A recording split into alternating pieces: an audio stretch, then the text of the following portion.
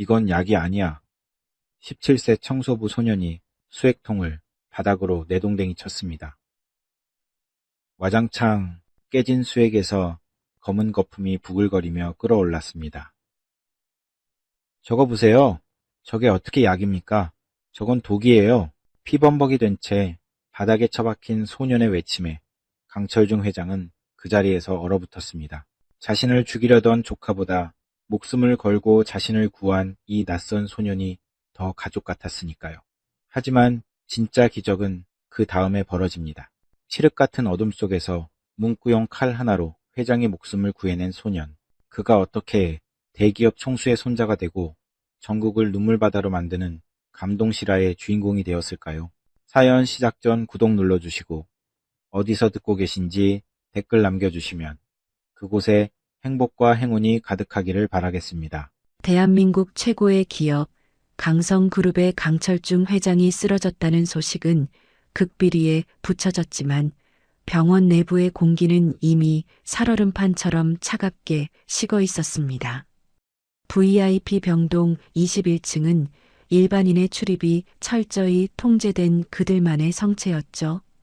이곳의 의료진들은 국내 최고라는 자부심보다는 혹시라도 회장의 심기를 거스를까 노심초사하는 기색이 역력했습니다. 소독약 냄새가 진동하는 복도 끝에서 앳된 얼굴의 소년이 묵묵히 대걸레질을 하고 있었습니다. 올해 17살이 된 한민우였죠.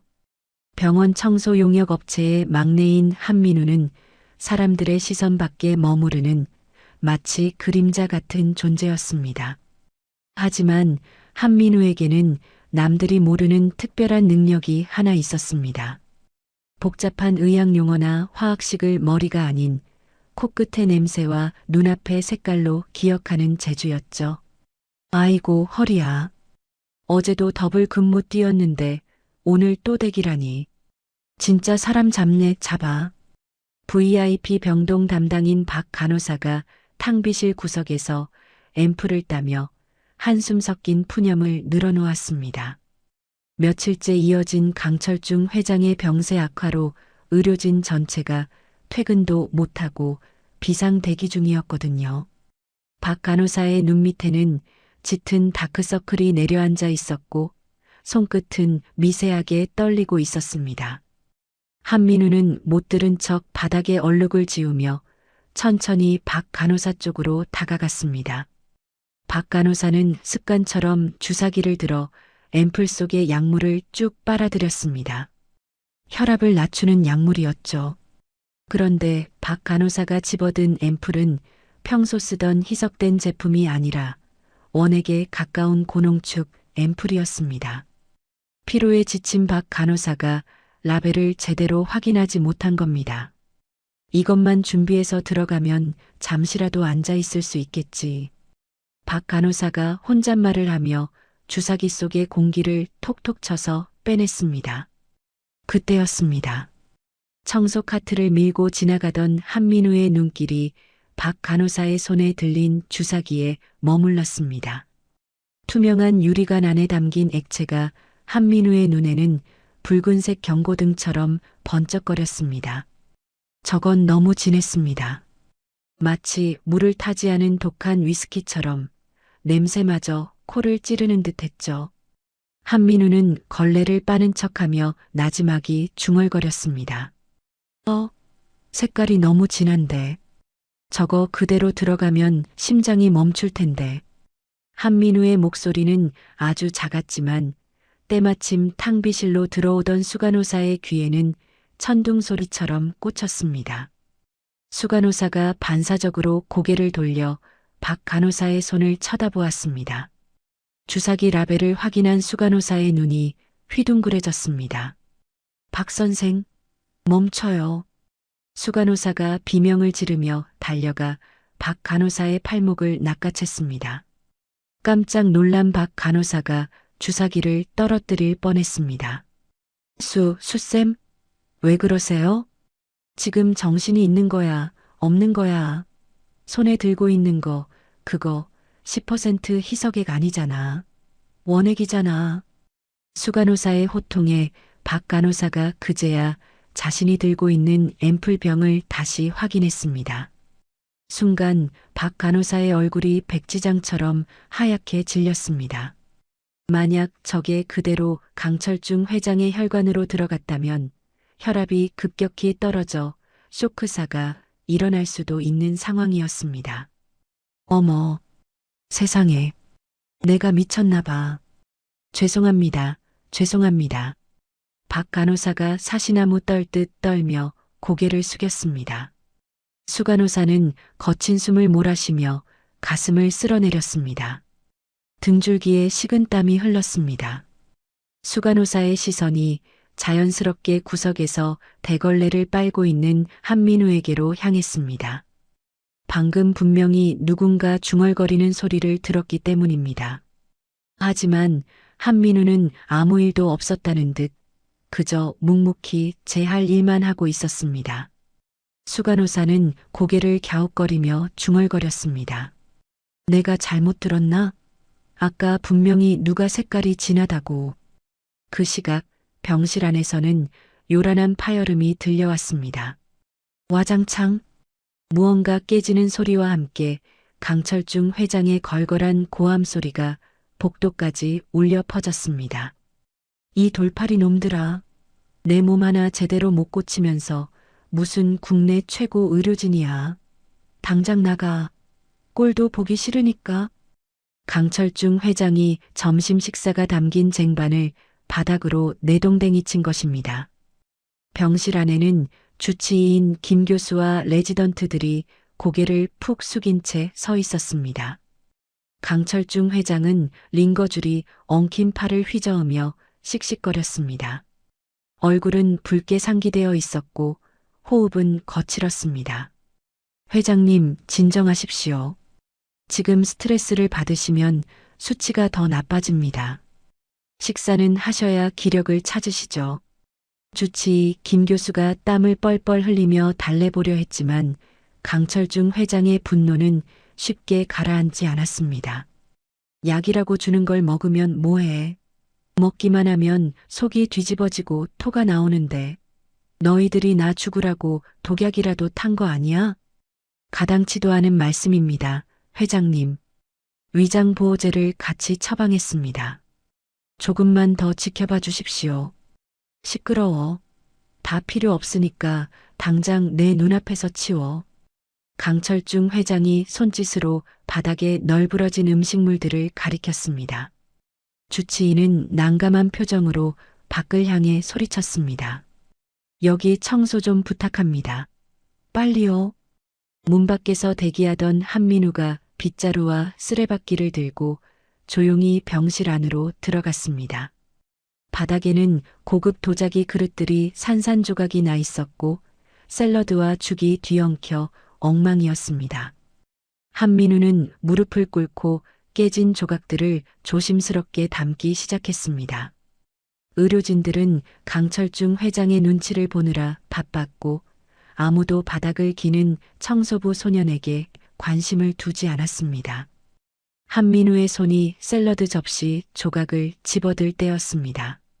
상큼하면서도 쌉싸름한 냄새가 코끝을 스쳤습니다. 자몽 소스였습니다. 한민우의 미간이 살짝 찌푸려졌습니다. 머릿속에서 며칠 전 탕비실 쓰레기통에서 보았던 강철중 회장의 약 봉투들이 떠올랐습니다. 고지혈증 치료제인 스타틴 계열의 약물들, 그리고 지금 눈앞에 있는 자몽. 한민우의 머릿속에서는 두 가지 색깔이 섞여 검붉은 경고색으로 변하고 있었습니다. 자몽은 간 대사 효소를 억제하잖아. 저 약이랑 같이 먹으면 약물 농도가 몇 배로 뛰는데. 그러니까 계속 토하고 어지러우신 거야. 한민우는 속으로 혀를 찼습니다. 최고급 재료로 만든 웰빙 식단이라며 영양팀에서 야심차게 준비한 자몽 샐러드가 지금 강철중 회장에게는 독이나 다름없었습니다. 하지만 청소부 주제에 감히 주치의에게 의학적인 조언을 할 수는 없는 노릇이었습니다. 그랬다가는 당장 쫓겨날 게 뻔했으니까요. 한민우는 깨진 그릇들을 카트에 담고 병실을 빠져나왔습니다. 복도 끝에는 막 배식을 마치고 돌아온 영양팀의 카트가 세워져 있었습니다. 주변에 아무도 없는 것을 확인한 한민우는 주머니에서 노란색 포스트잇과 볼펜을 꺼냈습니다. 그리고 삐뚤빼뚤한 글씨로 메모를 남겼습니다. 약물 상호작용주의 고지혈증 약 복용 중 자몽 섭취 금지. 구토 원인일 수 있음. 한민우는 그 포스트잇을 강철중 회장의 식단표 바로 옆에 몰래 붙여두고는 아무 일도 없었다는 듯 카트를 밀고 사라졌습니다. 얼마 후 영양사가 그 메모를 발견하고 화들짝 놀라 주치의에게 달려가는 모습이 보였습니다. 그날 저녁부터 강철중 회장의 식단에서 자몽과 관련된 모든 메뉴가 싹 사라졌습니다. 이틀 뒤 강철중 회장의 병실 분위기는 한결 부드러워져 있었습니다. 그토록 심하던 구토 증세가 씻은 듯이 사라졌기 때문입니다. 회진을 도는 주치의 김 교수의 목소리에도 힘이 들어가 있었습니다. 회장님, 안색이 훨씬 좋아지셨습니다. 역시 제 처방대로 약을 조절한 게 효과가 있었던 모양입니다. 강철중 회장은 침대에 기대앉아 쯧 하고 혀를 찼지만 표정은 나쁘지 않았습니다. 이제야 밥 먹은 게 좀 내려가는구먼. 진작 좀 제대로 하지. 사람을 며칠이나 생고생을 시키고 말이야. 송구합니다. 앞으로 더 세심하게 모시겠습니다. 주치의는 식단이 바뀐 덕분이라는 사실은 쏙 빼놓고 자신의 공인 양 슬쩍 넘어갔습니다. 한민우는 병실 구석에서 창틀에 먼지를 닦으며 그 모습을 지켜보았습니다. 자신의 공을 가로챈 것이 얄밉기도 했지만 환자가 편안해진 것을 보니 그것으로 됐다 싶었습니다. 그때 강철중 회장이 손짓으로 한민우를 불렀습니다. 거기 총각. 이리 와서 나 휠체어 좀 태워줘. 답답해서 복도라도 좀 나가야겠다. 네, 회장님.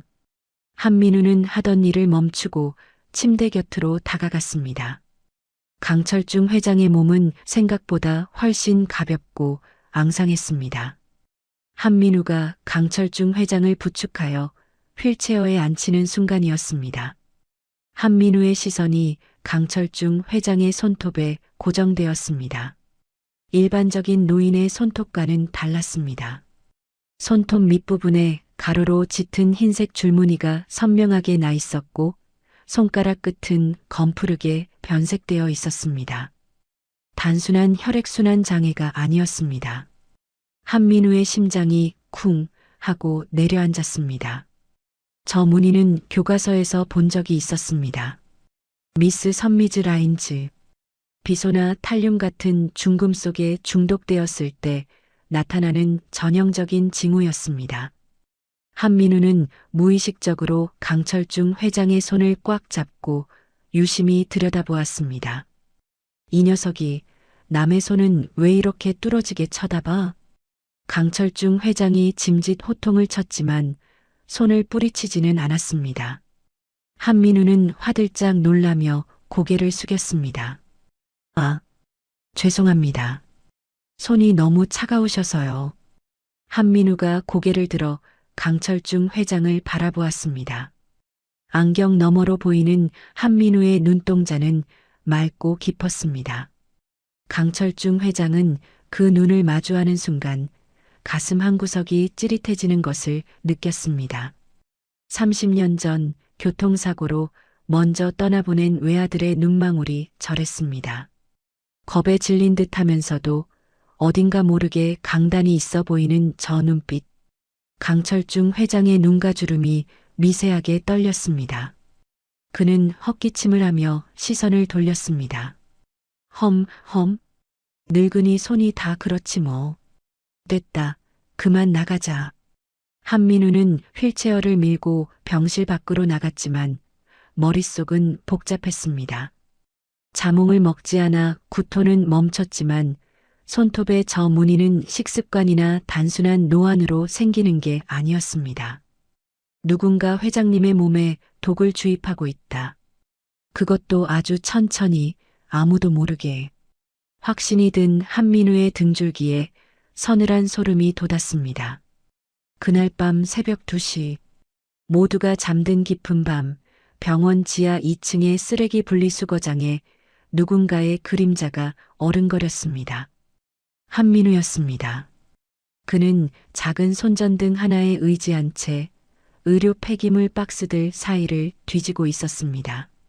매캐한 소독약 냄새와 피비린내가 섞인 역한 공기가 코를 찔렀지만 한민우는 아랑곳하지 않았습니다. 여기 있다. 한민우가 찾아낸 것은 투명한 비닐봉지였습니다. 그 안에는 오늘 낮 강철중 회장의 병실에서 수거된 링거줄과 다 쓴 수액팩들이 들어 있었습니다. 일반 쓰레기와 섞이지 않도록 따로 분류된 것이 다행이었습니다. 한민우는 장갑 낀 손으로 링거줄 끝부분에 남은 약물 한 방울을 조심스럽게 짜냈습니다. 그리고 코끝에 갖다 대고 냄새를 맡았습니다. 일반적인 포도당이나 영양제 냄새가 아니었습니다. 미세하지만 아주 불쾌하고 비릿한 금속성 냄새가 섞여 있었습니다. 마치 오래된 10원짜리 동전을 혀에 댔을 때 느껴지는 그런 맛과 냄새. 역시 그냥 수액이 아니야. 사건 발생 3일 전 VIP 병동은 묘한 긴장감에 휩싸여 있었습니다. 강성그룹의 실세이자 강철중 회장의 유일한 혈육인 조카 강진석 전무가 예고도 없이 병원을 방문했기 때문입니다. 검은색 세단에서 내린 강 전무는 병원장의 영접을 정중히 거절했습니다. 대신 그가 향한 곳은 엉뚱하게도 지하 1층의 보안통합 관제실과 약제팀이었습니다. 보안실 모니터를 훑어보는 그의 눈빛은 매서웠고 약제팀장과 나누는 대화는 은밀했습니다. 복도 끝에서 대걸레를 밀던 한민우는 그 모습을 멀리서 지켜보았습니다. 강 전무의 발걸음 소리가 유난히 무겁고 날카롭게 들렸습니다. 마치 사냥감을 노리는 맹수처럼 말이죠. 강 전무가 강철중 회장의 병실 문을 열고 들어섰습니다. 침대 위에 누운 강 회장은 며칠 사이 더 수척해져 있었습니다. 강 전무는 침대 곁으로 달려가 무릎을 꿇고 강 회장의 앙상한 손을 덥석 잡았습니다. 삼촌, 이게 대체 무슨 일입니까? 며칠 전만 해도 정정하셨는데. 강 전무의 목소리는 물기 어린 슬픔으로 가득 차 있었습니다. 하지만 강 회장의 미간은 찌푸려졌습니다. 조카가 잡은 손을 통해 전해지는 온기가 아니라 그의 소매 끝에서 풍겨오는 낯선 냄새 때문이었습니다.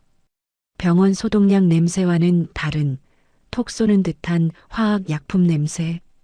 평생을 공장 현장에서 굴렀던 강 회장의 본능이 경고를 보내고 있었습니다. 강 회장은 거칠게 손을 빼내며 쉰 목소리로 내뱉었습니다. 됐다. 냄새나니까 좀 떨어져라. 아, 죄송합니다. 오는 길에 공장을 들렀더니 강 전무는 당황한 듯 뒤로 물러섰지만 눈빛은 차갑게 가라앉아 있었습니다. 그는 옷매무새를 다듬으며 의미심장한 미소를 지었습니다. 그 시각 탕비실 안쪽 깊숙한 곳에서 분리수거를 하던 한민우는 숨을 죽이고 있었습니다. 강 전무가 전화를 받으며 탕비실 쪽으로 걸어오고 있었기 때문입니다. 한민우는 재빨리 자판기 뒤쪽 공간으로 몸을 숨겼습니다. 네, 김 이사님. 걱정 마십시오. 의료진 말로는 이번 주말을 넘기기 힘들다고 합니다. 네. 자연스러운 노안에 의한 심정지. 그렇게 처리될 겁니다. 강 전무의 목소리는 낮고 서늘했습니다. 방금 병실에서 울먹이던 효심 지극한 조카의 목소리가 아니었습니다. 자연사로 처리될 겁니다. 그 한마디가 한민우의 귓가에 끔찍하게 맴돌았습니다. 한민우는 입을 틀어막고 바들바들 떨었습니다. 역시 자신의 예상이 맞았습니다. 이건 병이 아니라 명백한 살인 계획이었습니다. 강 전무가 탕비실을 나간 뒤 병동의 분위기는 더욱 수상하게 돌아갔습니다. 수간호사가 간호 스테이션의 메인 컴퓨터 앞에 앉아 무언가를 조작하기 시작했습니다. 그녀의 손놀림은 빠르고 은밀했습니다. 화면에는 강 회장의 바이탈 모니터 설정 창이 떠 있었습니다. 심박수 경고 알람 설정값. 보통 60 이하로 떨어지면 경고음이 울려야 하지만 수간호사는 그 수치를 30으로 낮춰버렸습니다. 심장이 거의 멈추기 직전까지는 아무런 소리도 나지 않게 만든 것입니다. 수간호사는 주위를 두리번거리더니 만족스러운 듯 입가에 비릿한 미소를 띄었습니다. 그날 오후부터 강 회장의 상태는 급격히 나빠졌습니다. 숨을 쉴 때마다 쇳소리가 났고 눈앞에 없는 사람을 부르며 헛소리를 하는 선망 증세까지 나타났습니다. 여보, 철수야, 거기 있니? 나 좀 데려가 다오. 강 회장은 허공을 향해 손을 뻗으며 애원했습니다. 주치의는 고개를 저으며 보호자들에게 말했습니다. 마음의 준비를 하시는 게 좋겠습니다. 장기 부전이 급속도로 진행되고 있어요. 오늘 밤이 고비일 수도 있습니다. 의료진의 말은 사형 선고나 다름없었습니다. 하지만 한민우는 알고 있었습니다. 이건 자연스러운 죽음이 아니라는 것을요. 한민우는 떨리는 손으로 작은 쪽지를 적었습니다. 강 회장님은 중독 상태입니다. 혈액 검사를 다시 해주세요. 누군가 약을 바꾸고 있습니다. 익명으로라도 주치의에게 알려야 했습니다. 한민우는 쪽지를 주머니에 넣고 주치의의 연구실로 향했습니다. 복도를 지나 연구실 문을 두드리려는 찰나 거대한 그림자가 한민우의 앞을 막아섰습니다. 새로운 보안 요원이었습니다. 그는 강 전무가 데려온 사설 경호원 출신으로 눈매가 험악했습니다. 야, 꼬마. 너 거기서 뭐해? 청소하다가 쓰레기통을 비우려고. 거짓말하지 마. 너 아까부터 얼쩡거리는 거 다 봤어. 주머니에 든 거 뭐야? 내놔. 보안 요원은 한민우의 대답도 듣지 않고 거칠게 주머니를 뒤졌습니다. 구겨진 쪽지가 그의 손에 들려 나왔습니다. 쪽지의 내용을 훑어본 보안 요원의 표정이 일그러졌습니다. 이 자식이 돌았나? 네가 의사야? 중독은 무슨 개뿔? 보안 요원은 쪽지를 벅벅 찢어 쓰레기통에 처박았습니다. 그리고 한민우의 멱살을 잡고 질질 끌고 가 남자 화장실 구석으로 내동댕이 쳤습니다. 한 번만 더 쓸데없는 짓 하고 다니면 그땐 진짜 죽는다. 쥐새끼처럼 청소나 똑바로 해. 알았어? 보안 요원은 한민우의 배를 발로 툭 차고는 침을 뱉고 나갔습니다. 한민우는 차가운 타일 바닥에 엎드려 주먹을 꽉 쥐었습니다. 눈물이 핑 돌았지만 아픔보다 더 큰 무력감이 그를 짓눌렀습니다. 진실을 알고 있는데도 아무것도 할 수 없다는 사실이 너무나 비참했습니다.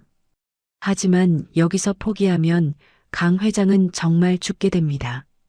한민우는 이를 악물고 일어섰습니다. 강 전무는 거칠 것이 없었습니다. 그는 긴급 이사회를 소집했습니다. 안건은 회장의 건강 악화에 따른 비상경영체제 승인 및 경영권 대행 선임이었습니다. 이사회장 스크린에는 산소 마스크를 쓰고 누워있는 강 회장의 사진이 띄워졌습니다. 이사들은 웅성거리며 강 전무의 눈치를 살폈습니다. 이미 대세는 기울어져 있었습니다. 강 전무는 회의 탁자를 두드리며 엄숙하게 말했습니다. 회장님의 뜻을 받들어 제가 그룹을 안정시키겠습니다. 반대하시는 분 없으시죠? 좌중에는 침묵만이 흘렀습니다. 강 전무의 입꼬리가 살짝 올라갔습니다. 그 시각 병실의 강 회장은 지옥 같은 공포와 싸우고 있었습니다. 의식은 가물거렸지만 감각은 예민하게 살아 있었습니다. 자신의 맥을 짚는 간호사의 손길도 주사 바늘의 따끔함도 소름 끼치게 싫었습니다. 모두가 자신을 죽이러 온 저승사자처럼 보였습니다. 물 좀. 목이 타들어가는 갈증에 입술이 바싹 말랐지만 강 회장은 간호사가 건네는 물컵을 쳐다보지도 않았습니다.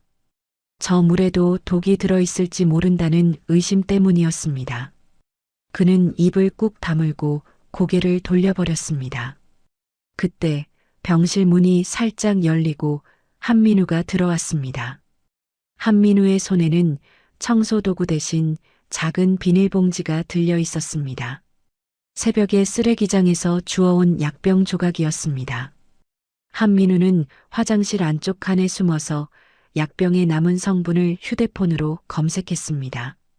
성분명은 아코니틴. 투구꽃의 뿌리에 들어있는 맹독성 알칼로이드였습니다. 과거 사약의 재료로 쓰였던 바로 그 독초였습니다. 심장 마비를 유도하고 사후에는 체내에서 빠르게 분해되어 부검으로도 검출이 어려운 희귀 독극물. 미쳤어. 진짜 미쳤어. 한민우는 입술을 깨물었습니다. 해독제는 없었습니다. 유일한 방법은 더 이상의 투여를 막고 몸 밖으로 독소가 배출되기를 기다리는 것뿐이었습니다. 하지만 병원의 모든 시스템은 이미 강 전무의 손아귀에 있었습니다. 의사도 간호사도 보안요원도 믿을 수 없었습니다. 이 병원에서 강 회장의 편은 힘없고 백없는 청소부 소년 한민우 단 한 명뿐이었습니다. 한민우는 거울 속에 비친 자신의 얼굴을 쳐다보았습니다. 눈밑이 퀭하고 입술은 터져 있었지만 눈빛만은 형형하게 살아 있었습니다. 내가 지켜야 해. 할아버지가 그랬잖아. 사람 살리는 게 제일 큰일이라고. 한민우는 결심했습니다. 쫓겨나는 한이 있어도 매를 맞는 한이 있어도 강 회장의 곁을 떠나지 않기로. 그는 대걸레를 다시 집어들고 병실 앞 복도로 나갔습니다. 마치 그곳이 자신의 전장인 것처럼 한민우는 꼿꼿하게 서서 병실 문을 지켰습니다. 다음 날 오후 병동에 팽팽한 긴장감이 감돌았습니다. 폭풍 전야와 같은 고요함을 깨고 엘리베이터 문이 열렸습니다. 강 전무였습니다. 그의 뒤에는 양복을 입은 수행원들이 줄지어 따르고 있었고 그의 손에는 칠가방처럼 생긴 은색 철제 케이스가 들려 있었습니다. 강 전무의 표정은 개선장군처럼 당당했습니다. 그는 복도에 나와 있는 의료진들을 향해 케이스를 들어 보이며 큰 소리로 외쳤습니다. 다들 주목하세요. 드디어 도착했습니다. 미국 존스 홉킨스에서 임상 실험 중인 기적의 신약입니다. 이게 우리 회장님을 살릴 겁니다. 오후 2시 병실의 창문으로 들어오는 햇살은 따가울 정도로 눈부셨지만 강철중 회장의 VIP 병실 안은 한겨울처럼 서늘한 냉기가 감돌고 있었습니다. 드디어 올 것이 오고야 만 것이죠. 병실 문이 벌컥 열리더니 강진석 전무가 수행원들을 이끌고 위풍당당하게 들어섰습니다. 그의 뒤에는 잔뜩 겁에 질린 주치의 김 교수와 간호사들이 줄지어 따라오고 있었고 강진석 전무의 손에는 7영화에서나 볼 법한 은색 알루미늄 가방이 들려 있었습니다. 마치 개선장군이라도 된 듯 강진석 전무는 가방을 테이블 위에 쿵 소리가 나게 내려놓았습니다. 자, 다들 주목하세요. 이게 바로 그 약입니다. 강진석 전무가 비장한 표정으로 가방을 열자 그 안에서 차가운 냉기와 함께 옅은 보라색 빛을 띠는 수액팩 하나가 모습을 드러냈습니다. 일반적인 링거 수액과는 달리 포장지에는 복잡한 영어 약자들만 가득 적혀 있었고 제조사의 로고조차 박혀 있지 않았습니다. 주치의 김 교수가 떨리는 손으로 안경을 고쳤으며 조심스럽게 입을 열었습니다. 전무님. 아무리 그래도 임상 데이터가 전무한 약입니다. 성분 분석표도 없이 무작정 투여했다가는 쇼크가 올 수도 있습니다. 제 의사 면허를 걸고 반대합니다. 김 교수의 말에 강진석 전무의 눈썹이 꿈틀했습니다. 강진석 전무는 김 교수의 어깨를 툭툭 치며 비릿한 미소를 지었습니다. 김 교수님, 지금 면허 걱정하실 때가 아닙니다. 회장님 숨이 깔딱깔딱 하시는데 절차 따지다가 돌아가시면 그 책임은 누가 집니까? 김 교수님이 지실 겁니까? 그건 아니지만 재단 이사장님 승인 이미 떨어졌습니다. 1분 1초가 급해요. 당장 투여 준비하세요. 이건 명령입니다. 강진석 전무의 서슬 퍼런 호통에 김 교수는 입을 다물 수밖에 없었습니다. 병실 구석에서 바닥에 흘린 소독약을 닦고 있던 한민우는 이 모든 상황을 숨죽여 지켜보고 있었습니다. 한민우의 손은 걸레를 쥐고 있었지만 온 신경은 저 은색 가방 속의 수액팩에 집중되어 있었습니다. 강진석 전무가 수액팩을 꺼내 간호사에게 건네는 순간 한민우의 코끝이 움찔했습니다. 미세하지만 분명했습니다. 소독약 냄새를 뚫고 들어오는 고소하면서도 역겨운 아몬드 냄새, 그리고 수액팩 안에서 몽글몽글 피어오르는 옅은 보라색 기포들, 아몬드 냄새, 그리고 저 보라색 거품은 한민우의 동공이 지진이 난 듯 흔들렸습니다. 저건 약이 아니었습니다. 담당인 박 간호사는 강진석 전무의 독촉에 손을 벌벌 떨며 주사 바늘과 튜브를 챙기고 있었습니다. 너무 긴장한 나머지 튜브가 엉키고 앰플이 손에서 미끄러지는 등 실수가 연발했습니다. 아유, 답답해라. 박 간호사, 뭐 하는 거야, 지금? 수 간호사의 날카로운 지적에 박 간호사는 울상을 지으며 당황했습니다. 손은 2개뿐인데 챙겨야 할 것은 너무 많았죠. 그때 박 간호사의 눈에 곁에서 엉거주춤 서 있는 한민우가 들어왔습니다. 야, 너 거기 멀뚱히 서 있지 말고 이리 와. 박 간호사가 짜증 섞인 목소리로 한민우를 불렀습니다. 한민우가 쭈뼛거리며 다가가자 박 간호사는 강진석 전무가 가져온 문제의 수액팩을 한민우의 가슴팍에 떠안겼습니다. 나 지금 라인 잡아야 하니까 네가 이거 좀 들고 있어. 아니, 저기 침대 옆 거치대에 좀 걸어놔. 빨리. 얼떨결에 한민우는 수액팩을 받아들게 되었습니다. 차가웠습니다. 마치 시신을 만지는 듯한 섬뜩한 냉기가 손바닥을 타고 전해졌습니다. 한민우는 수액팩을 든 채 홀린 듯 강철중 회장의 침대 곁으로 걸어갔습니다. 제목 그대로 천재 소년이 회장님에게 수액을 놔주려는 상황이 연출된 것입니다. 한민우가 한 걸음씩 다가갈수록 그 역한 아몬드 냄새는 더욱 진동을 했습니다. 강철중 회장은 산소호흡기에 의지한 채 힘겹게 눈을 뜨고 있었습니다. 흐릿한 시야 속에 누군가 자신에게 다가오는 것이 보였습니다. 흰 가운을 입은 의사도 간호사도 아닌 낡은 유니폼을 입은 청소부 소년. 강철중 회장은 그 소년의 손에 들린 보랏빛 액체를 보며 직감했습니다. 이제 정말 끝이구나. 강철중 회장은 체념한 듯 천천히 눈을 감으려 했습니다. 자신의 목숨을 노리는 조카와 침묵하는 의료진들 사이에서 그가 할 수 있는 일은 아무것도 없었으니까요. 그 순간이었습니다. 침대 바로 옆 거치대에 수액을 걸려던 한민우의 손이 허공에서 딱 멈췄습니다. 한민우의 머릿속에서 섬광처럼 과거의 기억이 터져나왔습니다. 시골 약재상 평상에 앉아 곰방대를 두드리던 할아버지의 목소리. 민우야, 잘 기억해라. 약초 중에는 사람을 살리는 것도 있지만 냄새만 맡아도 혀가 말려 들어가는 놈들이 있어. 특히 색깔이 고우면서 볶은 아몬드 냄새가 나는 놈. 그놈은 절대 핏줄에 넣으면 안 된다. 그건 약이 아니라 저승사자의 침이야. 한민우는 숨을 들이켰습니다. 확실했습니다. 이건 세포 재생 신약 따위가 아니었습니다. 이게 저링거주를 타고 강철중 회장의 혈관으로 들어가는 순간 심장은 1분도 버티지 못하고 멈춰버릴 것입니다.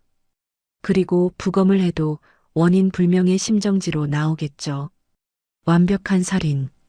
한민우의 심장이 터질 듯이 방망이질 쳤습니다. 이걸 걸어야 하나? 아니면 소리쳐야 하나? 내가 나서면 잘리는 건 아닐까? 아니, 쥐도 새도 모르게 죽임을 당할 수도 있어. 수만 가지의 두려움이 한민우의 발목을 잡았습니다. 하지만 감기려는 강철중 회장의 눈과 마주친 순간 한민우는 그 눈 속에서 살려달라는 소리 없는 비명을 읽었습니다. 안 돼. 이대로 죽게 둘 순 없어. 한민우의 눈빛이 매섭게 변했습니다. 거치대를 향해 뻗어가던 손이 방향을 틀었습니다. 한민우는 수액팩을 머리 위로 높이 치켜들었습니다. 그 모습을 본 강진석 전무가 눈을 휘둥그레 뜨며 소리쳤습니다. 너 이 자식, 뭐 하는 짓이야? 강진석 전무의 고함 소리가 신호탄이 되었습니다. 한민우는 배에 힘을 주고 병실이 떠나가라 외쳤습니다. 이건 약이 아니야. 그리고는 있는 힘껏 수액팩을 바닥으로 내동댕이 쳤습니다. 하필이면 그 자리는 아까 한민우가 청소하다가 엎질러 놓은 고농도 과산화수속의 소독약이 흥건한 곳이었습니다.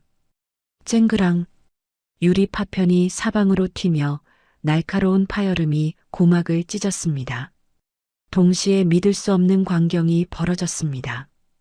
깨진 수액팩에서 흘러나온 보라색 액체가 바닥의 소독약과 만나자마자 마치 끓는 기름에 물을 부은 것처럼 격렬하게 반응하기 시작했습니다. 치익 하는 소름 끼치는 소리와 함께 검은색 거품이 부글부글 끓어오르더니 매캐한 흰 연기가 순식간에 피어올랐습니다. 단순한 수액이었다면 절대 일어날 수 없는 화학 반응이었습니다. 아, 내 눈. 이게 무슨 냄새야? 가까이 있던 박 간호사가 비명을 지르며 뒤로 물러섰습니다. 병실 안은 순식간에 아수라장이 되었습니다. 그 충격적인 광경을 눈앞에서 목격한 강철중 회장은 숨 쉬는 것도 잊은 채 그 자리에서 얼어붙었습니다. 단순히 눈앞에서 수액병이 깨져서가 아니었습니다. 강철중 회장의 시선은 검은 거품 너머 거친 숨을 몰아쉬고 있는 한민우에게 고정되어 있었습니다. 겁에 질려 파랗게 질린 입술 하지만 물러서지 않고 주먹을 꽉 쥐고 있는 저 모습. 30년 전 불길에 휩싸인 공장에서 아버지, 안 돼요. 라고 외치며 자신을 밀쳐내고 대신 자재 더미에 깔렸던 아들의 마지막 모습. 그 절규가 한민우의 외침과 겹쳐지며 강철중 회장의 심장을 강타했습니다. 철수야. 강철중 회장의 굳어버린 눈에서 뜨거운 눈물이 주르륵 흘러내렸습니다. 그는 손가락 하나 까딱할 수 없을 만큼 거대한 충격과 전율에 휩싸였습니다. 저 어린아이가 지금 내 목숨을 구하려고 저 무서운 짓을 저질렀구나. 강진석 전무는 얼굴이 불그락 푸르락해져서 펄쩍펄쩍 뛰었습니다. 자신의 완벽했던 계획이 다 낡아빠진 청소부 녀석 때문에 물거품이 된 것입니다. 게다가 저 검은 거품과 독한 연기는 누가 봐도 정상적인 약물이 아니라는 증거였습니다. 저 미친놈 잡아. 당장 끌어내. 보안요원 뭐 하는 거야? 강진석 전무가 핏대를 세우며 고래고래 소리를 질렀습니다. 문 밖에 대기하고 있던 건장한 보안요원들이 우르르 병실 안으로 들이닥쳤습니다. 그들은 거칠게 한민우를 덮쳤습니다. 한민우는 바닥에 처박히면서도 시선을 강철중 회장에게서 떼지 않았습니다. 보안요원의 무릎이 한민우의 등을 짓눌렀지만 한민우는 바닥에서 끓어오르는 검은 거품을 손가락으로 가리키며 악을 썼습니다. 저걸 보세요. 저게 어떻게 약입니까? 저건 독이에요. 할아버지를 죽이려고 했다고요. 입 닥쳐. 이 정신병자 같은 새끼가. 콜록, 콜록. VIP 병실안은 순식간에 매캐한 연기로 가득 찼습니다. 바닥에 쏟아진 수액은 여전히 검은 거품을 부글거리며 끓어오르고 있었고 타일 바닥이 치익 소리를 내며 하얗게 부식되어 가고 있었죠. 그 광경은 그야말로 지옥도나 다름없었습니다. 보안 요원들의 무릎에 눌려 바닥에 얼굴을 처박은 한민우는 숨을 헐떡이며 고개를 들려 애썼습니다. 나 이거 놓으라고. 저거 보란 말이야. 저게 어떻게 약이야. 한민우의 처절한 외침이 병실을 울렸지만 강진석 전무는 이미 이성을 잃은 상태였습니다. 자신의 완벽했던 계획이 저천한 청소부 녀석 하나 때문에 산산조각 났다는 사실에 분노가 머리끝까지 치솟았거든요. 입 다물어. 저놈 당장 끌어내서 경찰에 넘겨. 회장님 암살 미수범으로 쳐넣으란 말이야. 강진석 전무가 핏대를 세우며 고래고래 소리를 질렀습니다. 보안 요원들이 한민우의 팔을 꺾으며 일으켜 세우려는 찰나였습니다. 멈춰라. 벼락 같은 호통 소리가 병실의 소란을 단숨에 잠재웠습니다. 침대 위에 힘없이 늘어져 있던 강철중 회장이었습니다. 그는 산소 마스크를 거칠게 떼어내며 상체를 일으켰습니다. 평소 거동조차 힘들었던 노인이라고는 믿기지 않을 만큼 강렬한 기세였죠. 강철중 회장의 눈은 분노와 공포, 그리고 형용할 수 없는 슬픔으로 이글거리고 있었습니다. 그의 손가락은 정확히 강진석 전무를 가리키고 있었고요. 삼촌? 아니, 회장님. 놀라셨죠? 제가 바로 처리하겠습니다. 저 미친놈이 감히 회장님 약을. 강진석 전무가 당황하여 말을 더듬으며 강철중 회장에게 다가가려 했습니다. 하지만 강철중 회장은 침대 옆 협탁에 있던 물컵을 집어 강진석 전무의 발치에 던져버렸습니다. 와장창. 유리 조각이 사방으로 튀며 강진석 전무가 흠칫 뒤로 물러섰습니다. 내 놈 눈에는 내가 노망난 늙은이로 보이느냐? 저 바닥을 보고도 그따위 소리가 나와.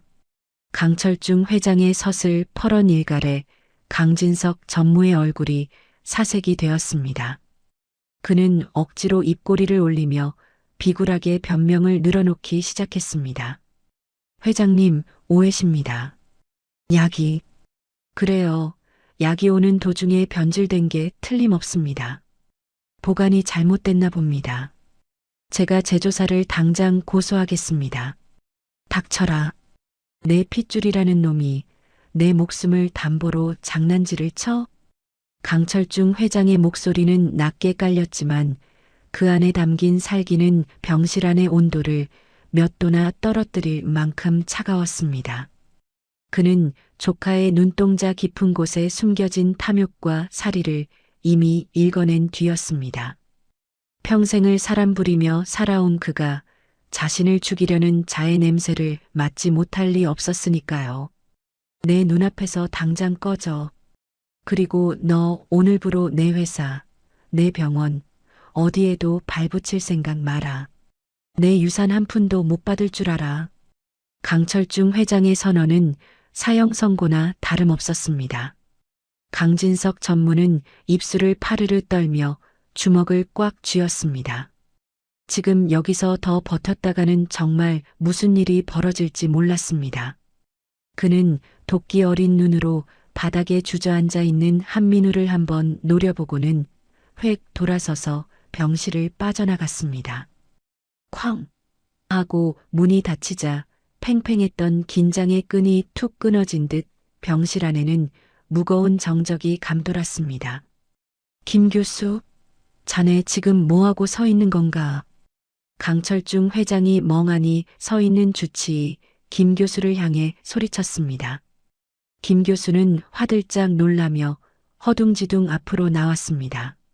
네, 회장님. 당장 저 바닥에 쏟아진 거 긁어 모아. 성분 분석 맡겨. 그리고 결과 나올 때까지 이 방 아무도 못 들어오게 막아. 경찰이든 기자든 개미 새끼 한 마리도 들이지 마. 알겠어? 아, 알겠습니다. 바로 조치하겠습니다.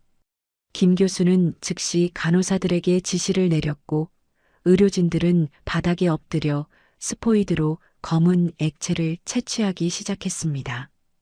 그제야 강철중 회장의 시선이 구석에 웅크리고 있는 한민우에게 닿았습니다. 보안 요원들이 물러난 자리, 한민우는 깨진 유리 파편 위를 구른 탓에 유니폼 곳곳이 찢어지고 손바닥에서 피가 뚝뚝 떨어지고 있었습니다. 하지만 그는 아픈 기색도 없이 여전히 경계심 가득한 눈으로 주위를 살피고 있었죠. 강철중 회장의 가슴 한구석이 찌릿하게 아려왔습니다. 얘야, 이리 좀 와보거라. 강철중 회장이 손짓했습니다. 한민우는 잠시 망설이다가 절뚝거리는 다리로 천천히 침대 곁으로 다가갔습니다. 가까이서 본 소년의 얼굴은 흙먼지와 땀으로 범벅이 되어 있었지만 그 눈빛만은 여전히 맑고 강인했습니다. 강철중 회장은 떨리는 손을 뻗어 한민우의 피 묻은 손을 잡았습니다. 거친 노인의 손과 상처 입은 소년의 손이 맞닿는 순간 묘한 온기가 두 사람 사이를 흘렀습니다. 많이 다쳤구나. 미안하다. 나 때문에. 아니에요. 괜찮습니다.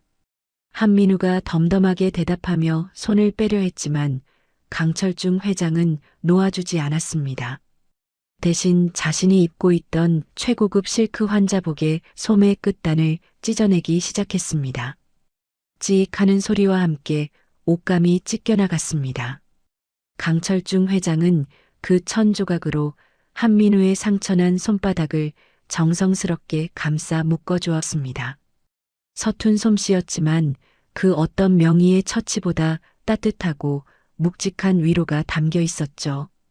회장님, 옷 따위가 대수냐? 사람 목숨보다 귀한 건 없다. 강철중 회장은 매듭을 꼼꼼하게 지으며 나지막이 중얼거렸습니다. 그 모습을 지켜보던 박 간호사와 다른 의료진들은 숨을 죽인 채 눈시울을 붉혔습니다. 천하의 강철중 회장이 고작 청소 용역 직원에게 자신의 옷을 찢어주다니. 이건 병원 역사상 전무후무한 일이었습니다. 잠시 후 긴급 분석실에서 연락을 받은 김 교수가 새하얗게 질린 얼굴로 병실에 들어왔습니다. 그의 손에 들린 태블릿 PC가 덜덜 떨리고 있었습니다. 회장님, 결과가 나왔습니다. 말해봐. 수액 성분에서 치사량의 50배가 넘는 고농도 아코니틴과 테트로도톡신 계열의 신경 독소가 검출되었습니다. 이건 명백한 살인 무기입니다. 만약 투여되었다면 심장마비까지 10초도 걸리지 않았을 겁니다. 김 교수의 목소리는 공포로 갈라져 있었습니다. 병실 안에 있던 모든 사람들이 경악하며 입을 틀어막았습니다. 한민우가 아니었다면 지금쯤 강철중 회장은 이 세상 사람이 아니었을 테니까요. 강철중 회장은 눈을 지그시 감았다 떴습니다. 예상은 했지만 막상 사실로 확인되니 뼈아픈 배신감이 밀려왔습니다. 하지만 동시에 깊은 안도감이 들었습니다. 아직 자신에게는 하늘이 보내준 동아줄이 남아있었으니까요. 들었지? 이제부터 이 병원에 내 편은 아무도 없다. 내 돈 받아먹는 놈들도 못 믿어. 강철중 회장이 눈을 번쩍 뜨며 김 교수와 간호사들을 둘러보았습니다. 그리고는 자신의 옆에 서 있는 한민우의 어깨에 손을 얹었습니다. 지금 이 시간부로 내 병실을 지키는 건 이 아이 하나뿐이다. 사설 경호팀? 다 꺼지라고 해. 간호사들도 투약 시간 외에는 출입 금지야. 내 식사, 내 약, 내 잠자리까지 전부 한민우 군이 관리한다. 토달롬 있으면 지금 나가. 회장님. 하지만 이 학생은 전문 간병인도 아니고. 시끄러워. 전문 간병인이면 독약인지 아닌지 알았겠어? 의사라는 자네도 몰랐던 걸 이 아이가 찾아냈어. 내 명줄은 내가 정한다. 강철중 회장의 불호령에 김 교수는 깨갱하고 물러날 수밖에 없었습니다. 그렇게 17살 청소부 한민우는 하루아침에 대기업 총수의 24시간 전담 밀착 마크맨이 되었습니다. 민우는 즉시 팔을 걷어붙였습니다. 그는 우선 병실 냉장고에 있던 기존 약물들을 전부 꺼내 폐기 처분했습니다. 혹시 모를 독극물 혼입을 막기 위해서였죠. 그리고는 병원 주방으로 내려가 식자재 창고를 뒤졌습니다. 영양사들이 기겁을 하며 말렸지만 회장님 특별 지시입니다라는 한마디에 주방은 민우의 동무대가 되었습니다. 민우는 녹두와 감초 그리고 미나리를 찾아냈습니다. 할아버지에게 배운 대로 몸속의 독소를 배출하는데 탁월한 재료들이었습니다. 그는 서툰 칼질로 재료를 다듬고 쌀을 불려 정성스럽게 죽을 쑤었습니다. 화려한 조미료는 일절 넣지 않았습니다. 오직 재료 본연의 힘과 살리고자 하는 마음만을 꾹꾹 눌러 담았죠. 해가 뉘엿뉘엿 질 무렵 민우는 김이 모락모락 나는 죽 한 그릇을 들고 병실로 돌아왔습니다. 강철중 회장은 기력이 다해 침대에 비스듬히 누워 있었습니다. 드세요. 몸에 남은 도끼를 빼주는 미음입니다. 맛은 좀 없을 거예요. 민우가 숟가락으로 죽을 떠서 후후 불어 강철중 회장의 입가에 가져다 댔습니다. 강철중 회장은 아이처럼 입을 벌려 죽을 받아 먹었습니다. 따뜻하고 부드러운 미음이 식도를 타고 내려가자 긴장으로 굳어있던 위장이 스르르 풀리는 느낌이었습니다. 밍밍하고 쌉싸름했지만 그 어떤 산의 진미보다 깊은 맛이 났습니다. 그것은 생명의 맛이었고 사람의 온기였습니다. 강철중 회장은 말없이 죽 한 그릇을 깨끗이 비웠습니다. 밤이 깊었습니다. 창밖에는 빗방울이 하나둘 떨어지기 시작했고 병실 안은 조용했습니다. 보조 침대에 앉아 꾸벅꾸벅 졸고 있는 민우를 바라보던 강철중 회장이 나직하게 입을 열었습니다. 민우야. 네. 회장님, 어디 불편하세요? 민우가 벌떡 일어나 눈을 비비며 물었습니다. 강철중 회장은 고개를 저으며 씁쓸한 미소를 지었습니다. 아까 말이다. 수액통을 던질 때 무섭지 않았느냐? 내가 만약 잘못되거나 그놈이 널 해코지하면 어쩌려고 그런 무모한 짓을 했어. 강철중 회장은 진심으로 궁금했습니다. 피 한 방울 섞이지 않은 남남인데 어째서 자신의 목숨을 걸고 노인을 구하려 했을까요? 민우는 잠시 머뭇거리다가 붕대 감은 손을 만지작거리며 대답했습니다. 그게요. 회장님 돌아가시면 병원 문 닫을 수도 있잖아요. 뭐? 그럼 저 잘리잖아요. 저 여기서 잘리면 갈 데도 없고 월세도 못 내요. 그래서 그런 거예요. 할아버지가 살아야 저도 안 쫓겨나니까요. 민우는 짐짓퉁명스럽게 말하며 고개를 돌렸습니다. 하지만 강철중 회장은 보았습니다. 민우의 귀가 빨개져 있는 것을요. 자신의 진심이 부끄러워 괜히 돈 핑계를 대는 저 순진하고 당돌한 마음을 어찌 모르겠습니까? 강철중 회장은 허허 하고 헛웃음을 터뜨렸습니다. 웃음 끝에 눈물이 핑 돌았습니다. 내 돈을 노리고 죽이려 드는 핏줄보다 월세 때문에 나를 살렸다는 저 남이 훨씬 더 가족 같지 않은가요? 그래. 하늘이 내게 마지막 기회를 준 게야. 강철중 회장은 결심했습니다. 이 아이를 절대 놓치지 않겠다고. 자신의 남은 생은 이 아이를 지키고 키우는 데 쓰겠다고 말입니다. 그는 마음속으로 이미 입양 서류에 도장을 찍고 있었습니다. 다음 날 아침 병원에는 기이한 풍경이 펼쳐졌습니다. 복도를 지나가는 민우를 향해 의사들이 먼저 고개를 숙여 인사를 하고 간호사들이 한 선생님이라며 존칭을 쓰기 시작한 것입니다. 청소부 유니폼을 입은 소년이 VIP 병동의 실세로 등극하는 순간이었습니다. 하지만 병원 밖 세상은 폭풍 전야였습니다. 뉴스에서는 초대형 태풍 카눈이 북상 중이라는 속보가 흘러나오고 있었죠. 그리고 도심 외곽의 허름한 안전가옥. 쫓겨난 강진석 전무가 어두운 조명 아래서 누군가와 마주 앉아 있었습니다.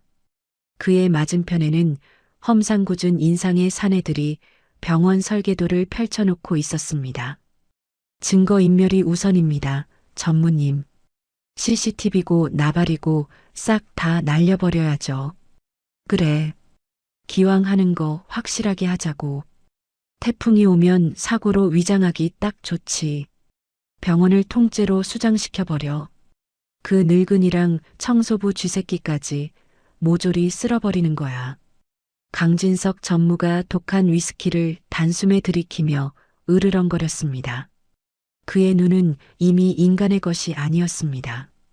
창밖에는 굵은 빗줄기가 세차게 유리창을 때리고 있었고 멀리서 천둥 소리가 우르르 쾅쾅 울려 퍼졌습니다. 어느덧 한 달이라는 시간이 흘렀습니다.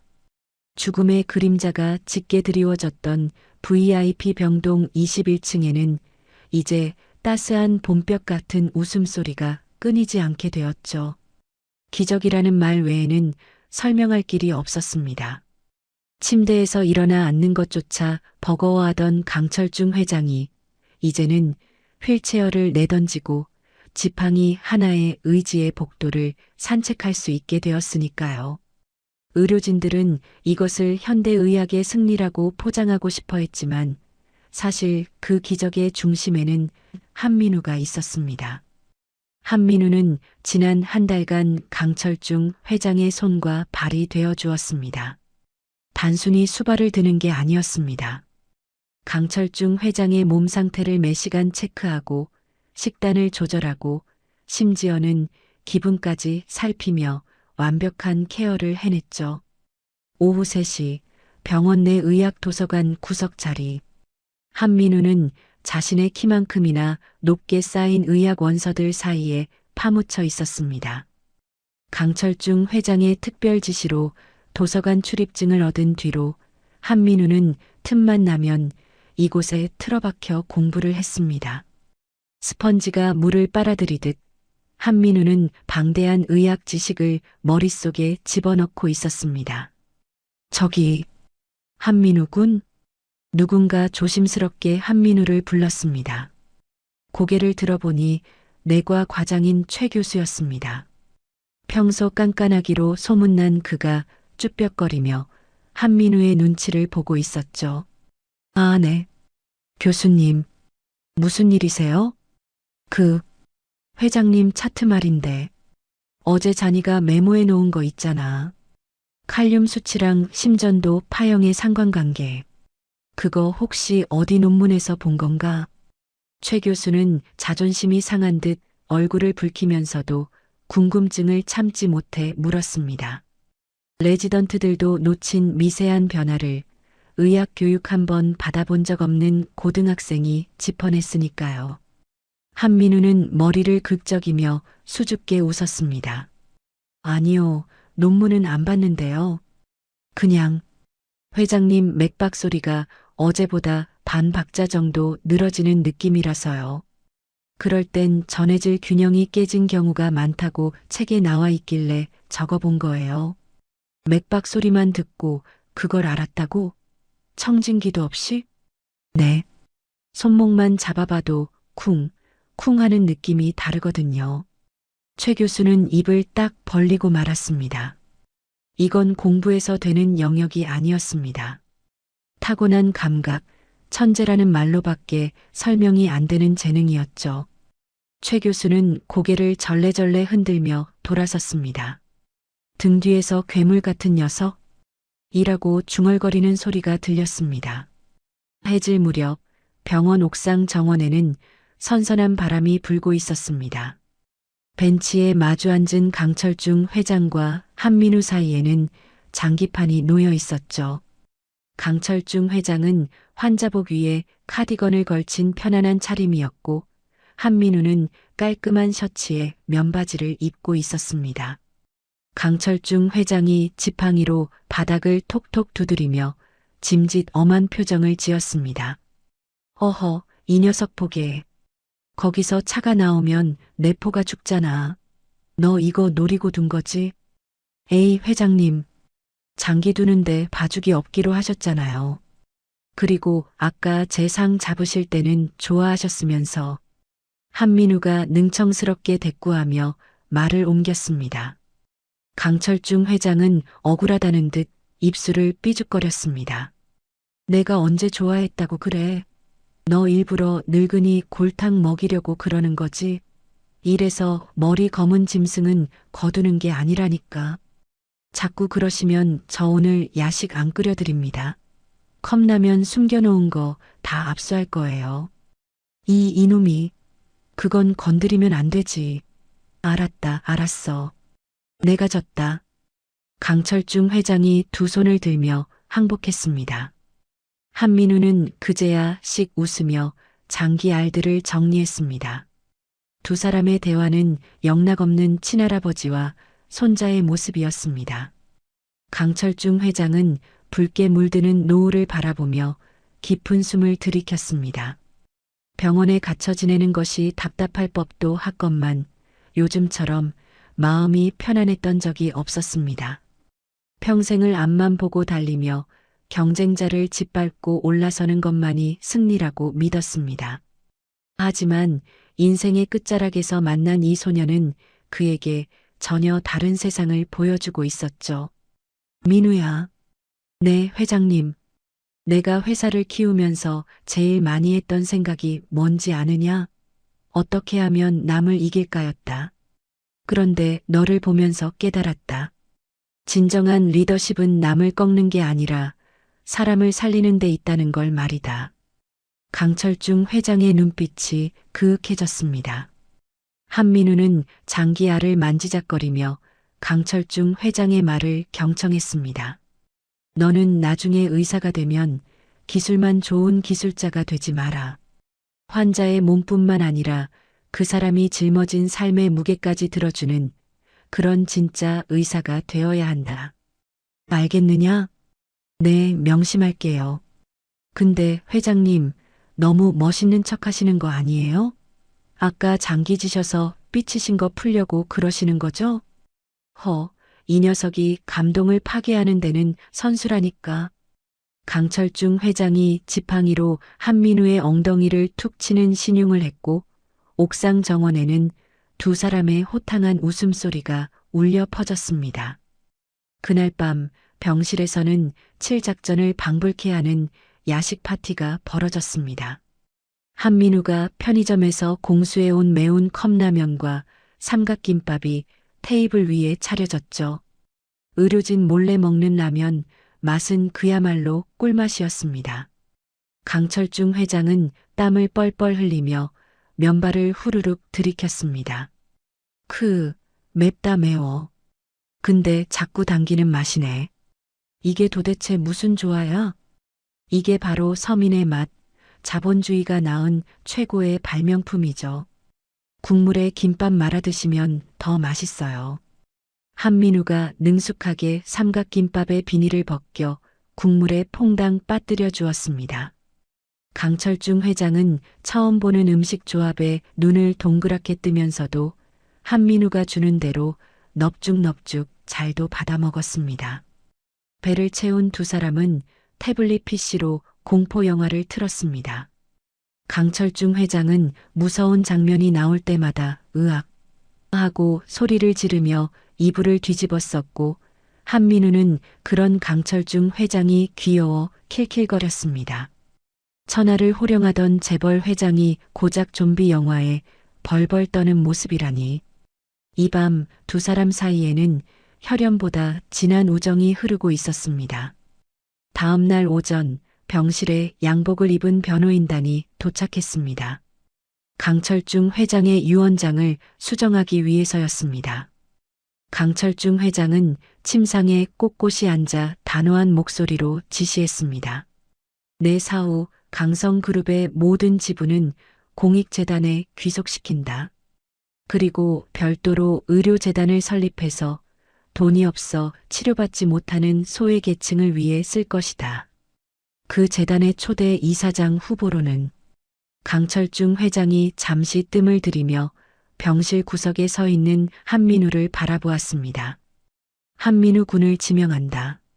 물론 성인이 되고 의사 면허를 취득한 이후에 말이지. 그 전까지는 신탁기금으로 민우 군의 학비와 생활비 전액을 지원한다. 변호사들이 술렁거렸지만 강철중 회장의 의지는 확고했습니다. 도장을 쾅 찍는 소리가 병실에 울렸습니다.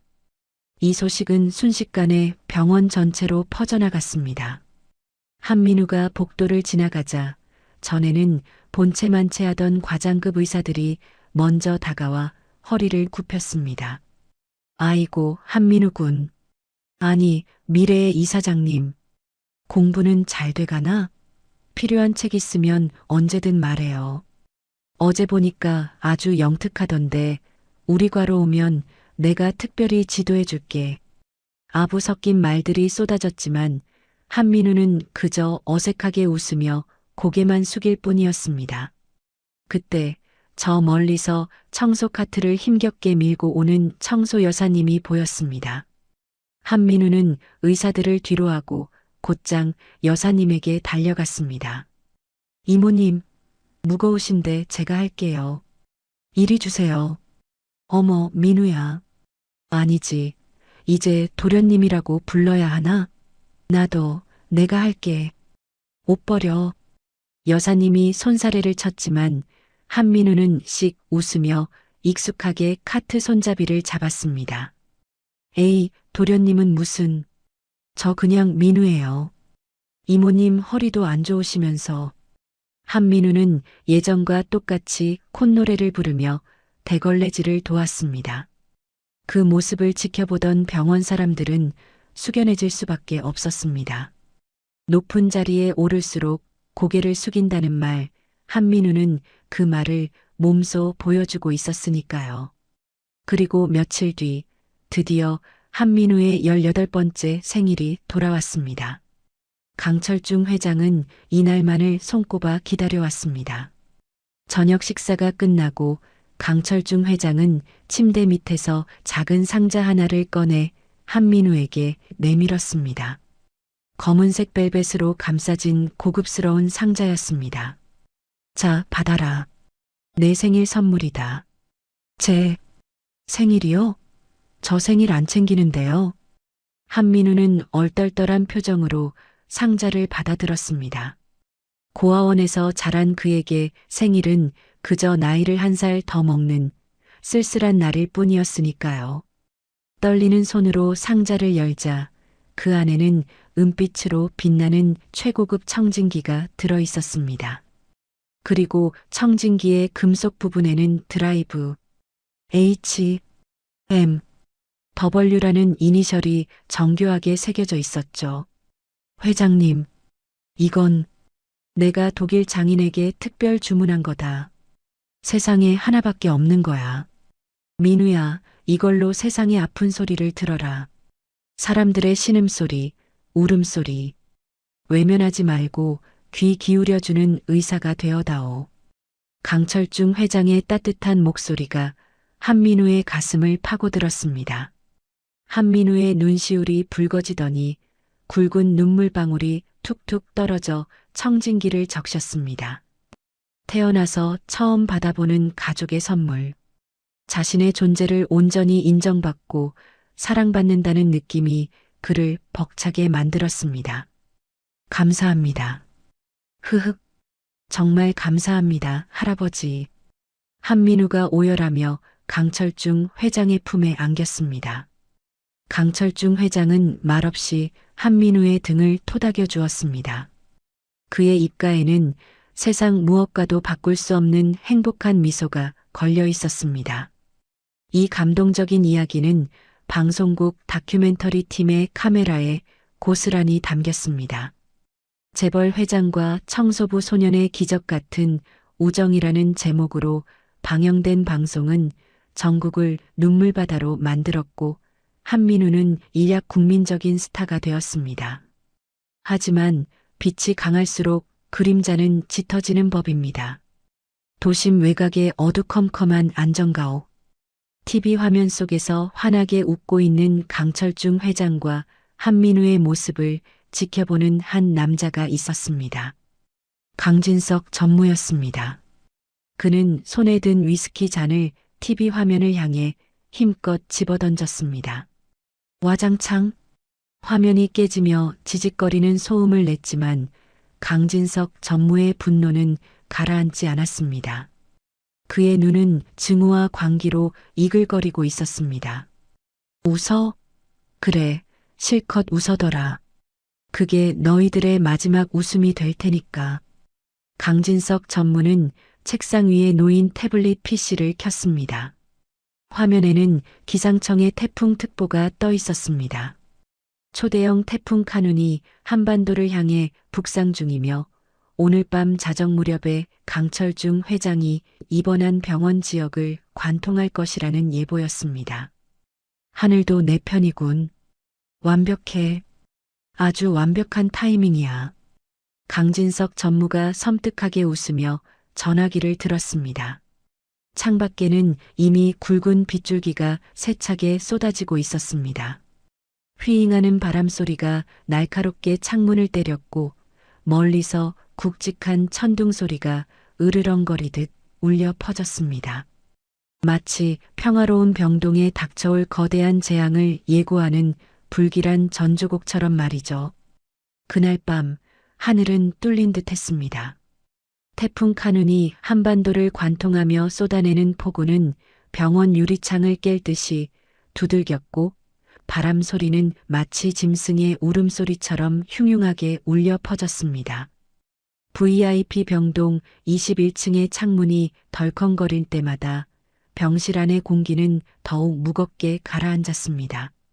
새벽 1시 모두가 잠든 시각. 병원 지하 3층 기계실로 누군가 은밀하게 잠입했습니다. 안전모를 푹 눌러 쓴 그는 병원 설비를 총괄하는 시설 팀장이었습니다. 하지만 지금 그의 눈은 탐욕과 두려움으로 번들거리고 있었죠. 그의 주머니에는 강진석 전무가 건넨 두툼한 수표 봉투가 들어 있었습니다. 시설 팀장은 떨리는 손으로 메인 배전반 앞에 섰습니다. 이거 한 번이면 내 인생도 펴는 거야. 눈 딱 감고 하는 거야. 그는 입술을 깨물며 대형 절단기를 들어 올렸습니다. 그리고 주저없이 병원의 심장과도 같은 메인 전력 케이블을 내리찍었습니다. 파지직 하는 성광과 함께 굉음이 터져 나왔습니다. 매캐한 타는 냄새가 진동함과 동시에 거대한 병원 건물이 순식간에 죽음 같은 침묵 속으로 빨려 들어갔습니다. 원래대로라면 3초 안에 비상 발전기가 돌아가야 했습니다. 하지만 이미 시설 팀장이 연료 공급 밸브를 잠가버린 발전기는 쿨럭거리며 멈춰 섰습니다. 완벽한 정전. 칠흑 같은 어둠이 20층 높이의 병동을 집어삼켰습니다. 꺄악. 뭐야? 불이 왜 이래? 병동 곳곳에서 환자들과 보호자들의 비명이 터져 나왔습니다. 더 큰 문제는 그 다음이었습니다. 최첨단 보안 시스템을 자랑하던 VIP 병동의 전자식 출입 통제 시스템이 오류를 일으키며 모든 출입문과 격벽이 잠금 상태로 고정되어 버린 것입니다. 엘리베이터는 층간 사이에 멈춰 섰고 비상계단으로 통하는 방화문조차 굳게 닫혀버렸습니다. VIP 병동은 이제 외부와 완전히 단절된 고립무원의 섬이 되어버렸습니다. 삐삐삐. 생명 유지 장치들의 경고음이 어둠 속에서 불길하게 울려 퍼졌습니다.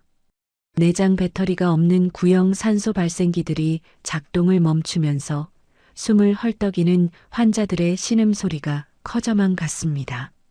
의료진들은 핸드폰 불빛에 의지해 복도를 뛰어다녔지만 아수라장이 된 병동을 통제하기에는 역부족이었습니다. 강철중 회장의 병실도 예외는 아니었습니다. 슈욱하며 규칙적으로 산소를 공급하던 기계가 뚝 멈춰 섰습니다.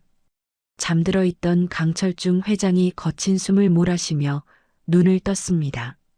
마치 물속에 처박힌 듯 숨이 쉬어지지 않았습니다. 극심한 공포가 밀려왔습니다. 민우야. 강철중 회장은 가슴을 쥐어뜯으며 침대 밖으로 손을 뻗었습니다.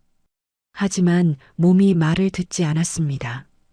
갑작스러운 쇼크와 공포는 그의 몸에 치명적인 반응을 일으켰습니다. 스트레스로 인한 급성 후두부종. 기도가 순식간에 퉁퉁 부어오르며 숨구멍을 막아버린 것입니다. 이건 단순한 호흡 곤란이 아니라 목을 조르는 것과 같은 질식 상황이었습니다. 강철중 회장은 중심을 잃고 침대 아래로 굴러떨어졌습니다. 쿵 하는 소리에 보조 침대에서 자고 있던 한민우가 벌떡 일어났습니다. 회장님? 회장님! 한민우는 본능적으로 휴대폰을 찾아 플래시를 켰습니다. 하얀 불빛이 비춘 광경은 충격적이었습니다. 강철중 회장이 바닥에 쓰러져 목을 감싸 쥔 채 소리 없는 비명을 지르고 있었습니다. 얼굴은 이미 산소 부족으로 보라색으로 변해가는 청색증이 나타나고 있었고 입에서는 쌕쌕하는 쇳소리만 새어나오고 있었습니다. 할아버지, 정신 차리세요. 숨을 쉬세요. 한민우가 달려들어 강철중 회장의 상체를 일으켜 세웠습니다. 하지만 강철중 회장의 눈동자는 초점을 잃어가고 있었고 허공을 젓는 손길은 점점 힘을 잃어가고 있었습니다. 기도가 완전히 막혀버린 것입니다. 한민우는 다급하게 고개를 돌려 소리쳤습니다. 간호사님, 박 간호사님, 빨리요. 회장님 숨이 안 넘어가요. 하지만 병실 구석에 있던 당직 간호사는 공포에 질려 주저앉아 있었습니다.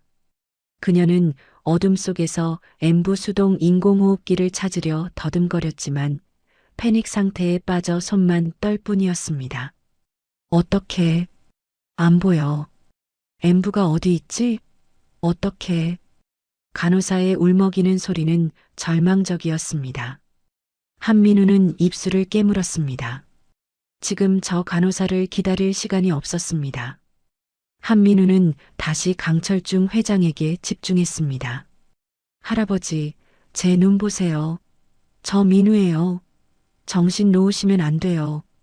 한민우는 강철중 회장의 뺨을 때리며 의식을 붙잡으려 애썼습니다. 하지만 강철중 회장의 고개는 자꾸만 뒤로 젖혀졌습니다. 1분, 2분. 시간은 야속하게 흘러갔습니다. 이대로라면 뇌세포가 파괴되기 시작하는 골든타임까지 3분도 채 남지 않았습니다. 밖에서는 쿵쿵거리는 소리가 들려왔습니다. 비상전력이 들어오지 않아 무전기도 먹통이 된 상황에서 경호원들이 병실 문을 부수려고 몸을 던지고 있는 소리였습니다. 하지만 특수 강화 유리로 제작된 이중 차단문은 소화기로 내려쳐도 흠집 하나 나지 않았습니다. 안에 누구 없어. 문 열어. 문 열란 말이야. 경호원들의 고함 소리가 빗소리에 묻혀 희미하게 들려왔습니다. 한민우는 직감했습니다. 아무도 들어올 수 없다. 아무도 우리를 도와줄 수 없다. 오직 나뿐이다. 그 시각 병원 건너편에 비즈니스 호텔 스위트룸. 강진석 전무는 불 꺼진 창가에 서서 쌍안경으로 병원을 내려다보고 있었습니다. 거대한 병원 건물이 칠흑 같은 어둠 속에 잠겨 있는 모습은 그에게 최고의 장관이었습니다. 번개가 번쩍일 때마다 병원의 실루엣이 유령선처럼 드러났습니다. 잘 가십시오, 삼촌. 태풍 핑계 대기 딱 좋은 날씨 아닙니까? 강진석 전무는 붉은 와인을 한 모금 머금으며 비릿한 미소를 지었습니다. 그는 자신의 시나리오가 완벽하게 흘러가고 있다고 확신했습니다. 전기가 끊기고 의료진이 고립된 20층 밀실. 노인 하나 죽어나가는 건 시간 문제였으니까요. 그는 느긋하게 와인잔을 흔들며 내일 아침에 발표할 보고 기사의 문구를 머릿속으로 다듬고 있었습니다. 다시 병실 안. 한민우의 등 뒤로 식은땀이 비 오듯 흘러내렸습니다. 강철중 회장의 손이 툭 하고 바닥으로 떨어졌습니다. 의식을 완전히 잃은 것입니다. 맥박은 신라처럼 희미해져 가고 있었습니다. 이제 정말 끝이었습니다. 여기서 포기하면 강철중 회장은 죽습니다. 자신에게 처음으로 가족의 온기를 알려준 사람, 냄새나는 청소부 소년에게 내 손자라고 불러준 유일한 어른이 눈앞에서 죽어가고 있었습니다. 안 돼. 절대 안 돼. 한민우는 울먹이며 고개를 저었습니다. 그의 시선이 미친 듯이 병실 안을 훑쳤습니다. 무언가 방법이 있어야 했습니다. 의료 장비들은 모두 먹통이었고 약도 없었습니다. 그때 한민우의 휴대폰 불빛이 책상 위를 스치고 지나갔습니다. 거기엔 한민우가 낮에 공부하다 둔 필통과 문구류들이 어지럽게 널려 있었습니다. 한민우의 시선이 날카로운 커터 칼과 붉은색 볼펜, 그리고 소독용 알코올 솜통에 꽂혔습니다. 순간 한민우의 머릿속에 해부학 책에서 보았던 그림 한 장이 떠올랐습니다. 윤상갑상막 절개술. 기도가 막혔을 때 목을 뚫어 공기 통로를 만드는 최후의 응급처치법. 하지만 그것은 숙련된 의사들도 망설이는 위험한 시술이었습니다. 자칫 잘못해서 경동맥이라도 건드리면 피가 솟구치며 즉사할 수도 있었으니까요. 더구나 한민우는 의대생도 아닌 고작 18살의 고등학생이었습니다. 내가 할 수 있을까? 한민우의 손이 덜덜 떨렸습니다. 실패하면 살인자가 됩니다. 하지만 하지 않으면 강철중 회장은 100% 죽습니다. 한민우는 강철중 회장의 얼굴을 내려다보았습니다. 보라색으로 변해버린 얼굴, 하지만 여전히 따뜻한 온기가 남아있는 손. 한민우는 어금니를 꽉 깨물었습니다. 살려야 해. 무슨 수를 써서라도 살려야 해. 한민우는 결연한 표정으로 자리에서 일어났습니다. 그는 책상으로 달려가 문구용 커터 칼을 집어들었습니다. 드르륵. 날카로운 칼날이 차가운 소리를 내며 튀어나왔습니다. 그리고 옆에 있던 볼펜을 집어 분해했습니다. 볼펜 심을 빼내고 남은 빈 플라스틱 대롱. 이것이 강철중 회장의 숨구멍이 되어줄 것입니다. 한민우는 알코올 솜통을 열어 칼날과 볼펜대를 벅벅 문질러 닦았습니다. 그의 눈빛은 더 이상 겁에 질린 소년의 것이 아니었습니다. 생명을 살리겠다는 일념 하나로 불타오르는 17세 명의의 눈빛이었습니다. 한민우는 다시 강철중 회장의 곁으로 돌아와 무릎을 꿇었습니다. 여전히 구석에서 울고 있는 간호사는 눈에 들어오지도 않았습니다. 오직 강철중 회장의 목 생명이 오가는 그 작은 부위만이 한민우의 시야에 가득 찼습니다.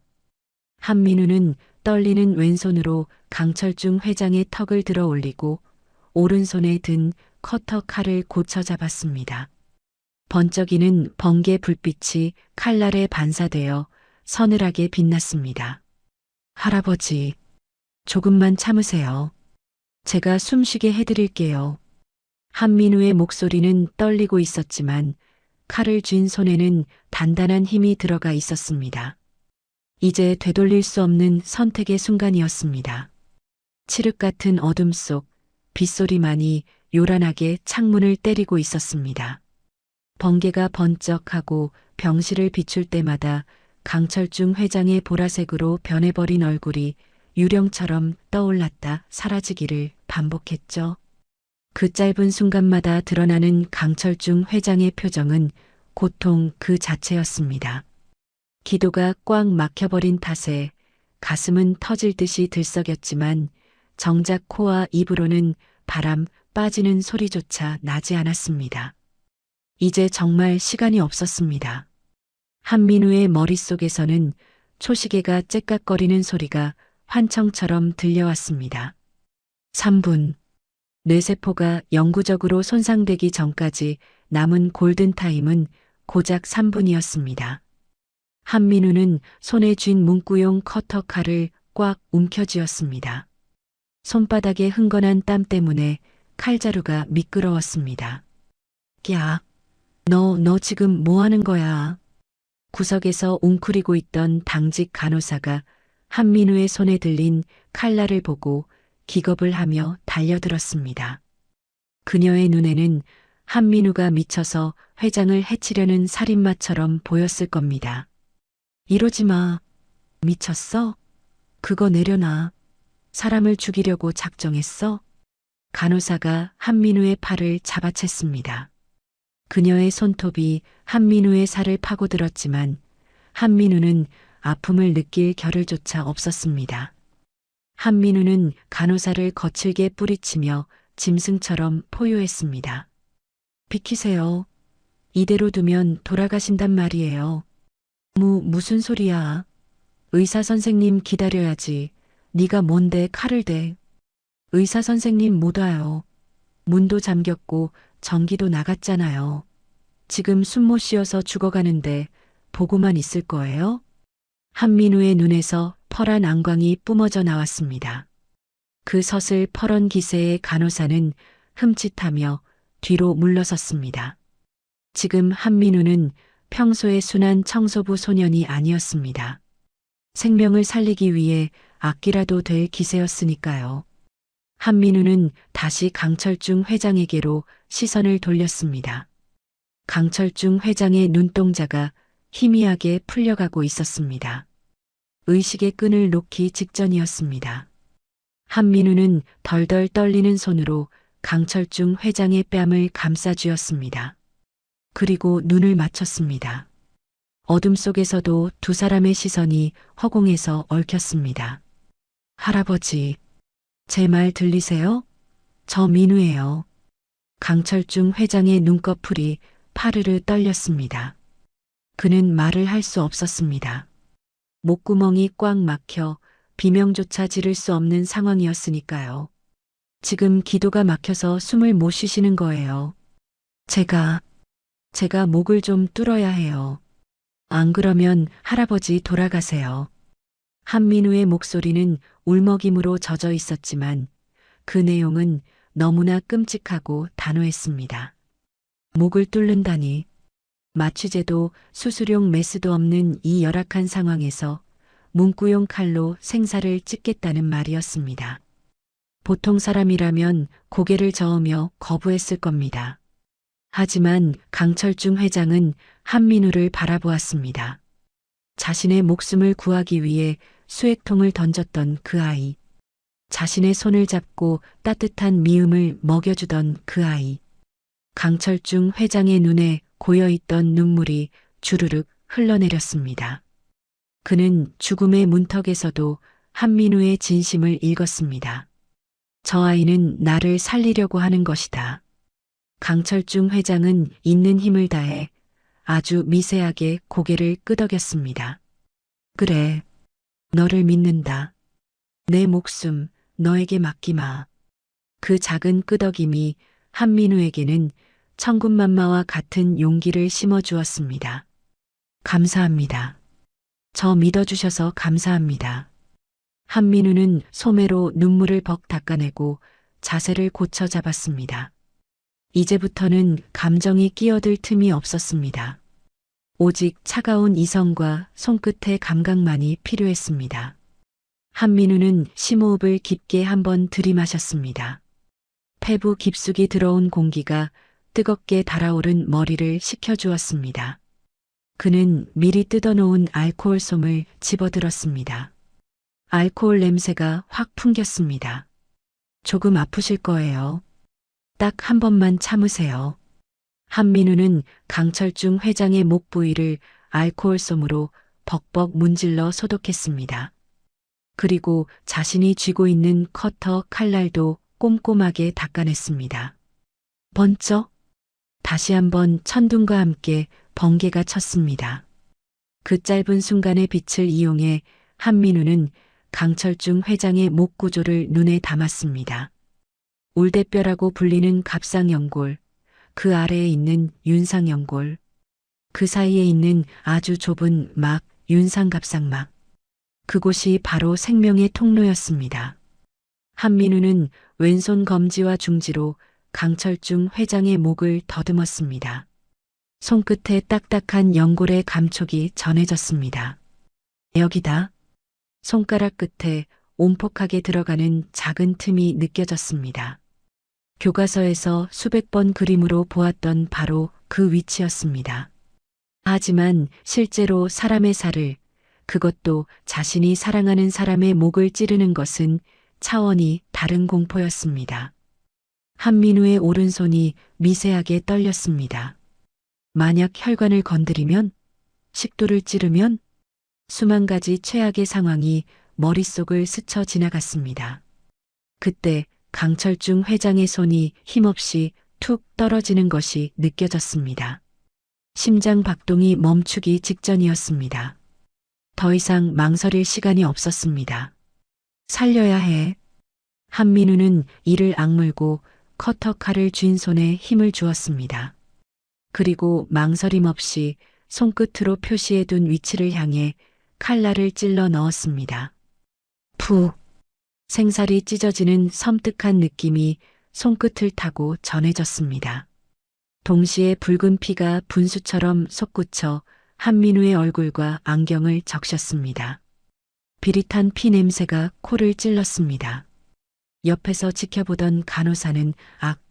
하고 비명을 지르며 눈을 가렸습니다. 하지만 한민우는 눈 하나 깜짝하지 않았습니다. 여기서 멈추면 살인이 되지만 끝까지 해내면 수술이 됩니다. 한민우는 솟구치는 피를 무시하고 칼집을 낸 틈으로 미리 분해해둔 볼펜대를 쑤셔 넣었습니다. 매끈한 플라스틱 관이 근육을 밀어내고 기도 안으로 들어갔습니다. 제발, 제발. 한민우가 볼펜대를 깊숙이 밀어넣는 순간이었습니다. 퓨. 마치 꽉 막혀있던 댐이 터지는 것 같은 소리가 들렸습니다. 강철중 회장의 폐 속에 갇혀있던 이산화탄소가 빠져나오고 새로운 산소가 빨려 들어가는 소리였습니다. 그것은 세상에서 가장 아름다운 소리였습니다. 멈춰가던 강철중 회장의 가슴이 다시 크게 부풀어 올랐다 가라앉기를 반복했습니다. 색색거리는 거친 숨소리가 볼펜대를 통해 규칙적으로 들려오기 시작했습니다. 허, 허. 강철중 회장의 입술에 다시 핏기가 돌기 시작했습니다. 보라색으로 질렸던 얼굴색도 서서히 돌아오고 있었죠. 한민우는 다리에 힘이 풀려 그 자리에 주저앉을 뻔했습니다. 하지만 아직 끝난 게 아니었습니다. 그는 자신의 귀를 강철중 회장의 가슴에 갖다 댔습니다. 청진기는 없었지만 지금 한민우의 귀는 그 어떤 의료기기보다 예민했습니다. 두근, 두근, 두근. 불규칙하게 날뛰던 심장이 점차 안정을 찾으며 힘차게 뛰고 있었습니다. 살았습니다. 정말로 살려냈습니다. 감사합니다. 하느님 감사합니다. 한민우가 흐느끼며 강철중 회장의 가슴에 얼굴을 파묻는 순간이었습니다. 파박! 눈을 뜰 수 없을 만큼 강렬한 빛이 병실을 가득 채웠습니다. 병원 건물의 예비 전력 시스템이 복구되면서 꺼져 있던 형광등이 일제히 켜진 것입니다. 갑작스러운 빛에 한민우는 눈을 찌푸렸습니다. 동시에 굳게 닫혀있던 병실 문이 쾅 하는 굉음과 함께 부서져 나갔습니다. 밖에서 대기하던 경호팀과 구조대가 도끼로 문을 부수고 들이닥친 것입니다. 그 뒤를 이어 주치의 김 교수와 의료진들이 헐레벌떡 뛰어들어왔습니다. 회장님, 회장님 괜찮으십니까? 김 교수가 사색이 되어 침대로 달려왔습니다. 그리고 그가 목격한 것은 충격적인 광경이었습니다. 피범벅이 된 채 바닥에 주저앉아 있는 한민우, 그리고 목에 볼펜대가 꽂힌 채 편안하게 숨을 쉬고 있는 강철중 회장의 모습. 김 교수는 순간 자신의 눈을 의심했습니다.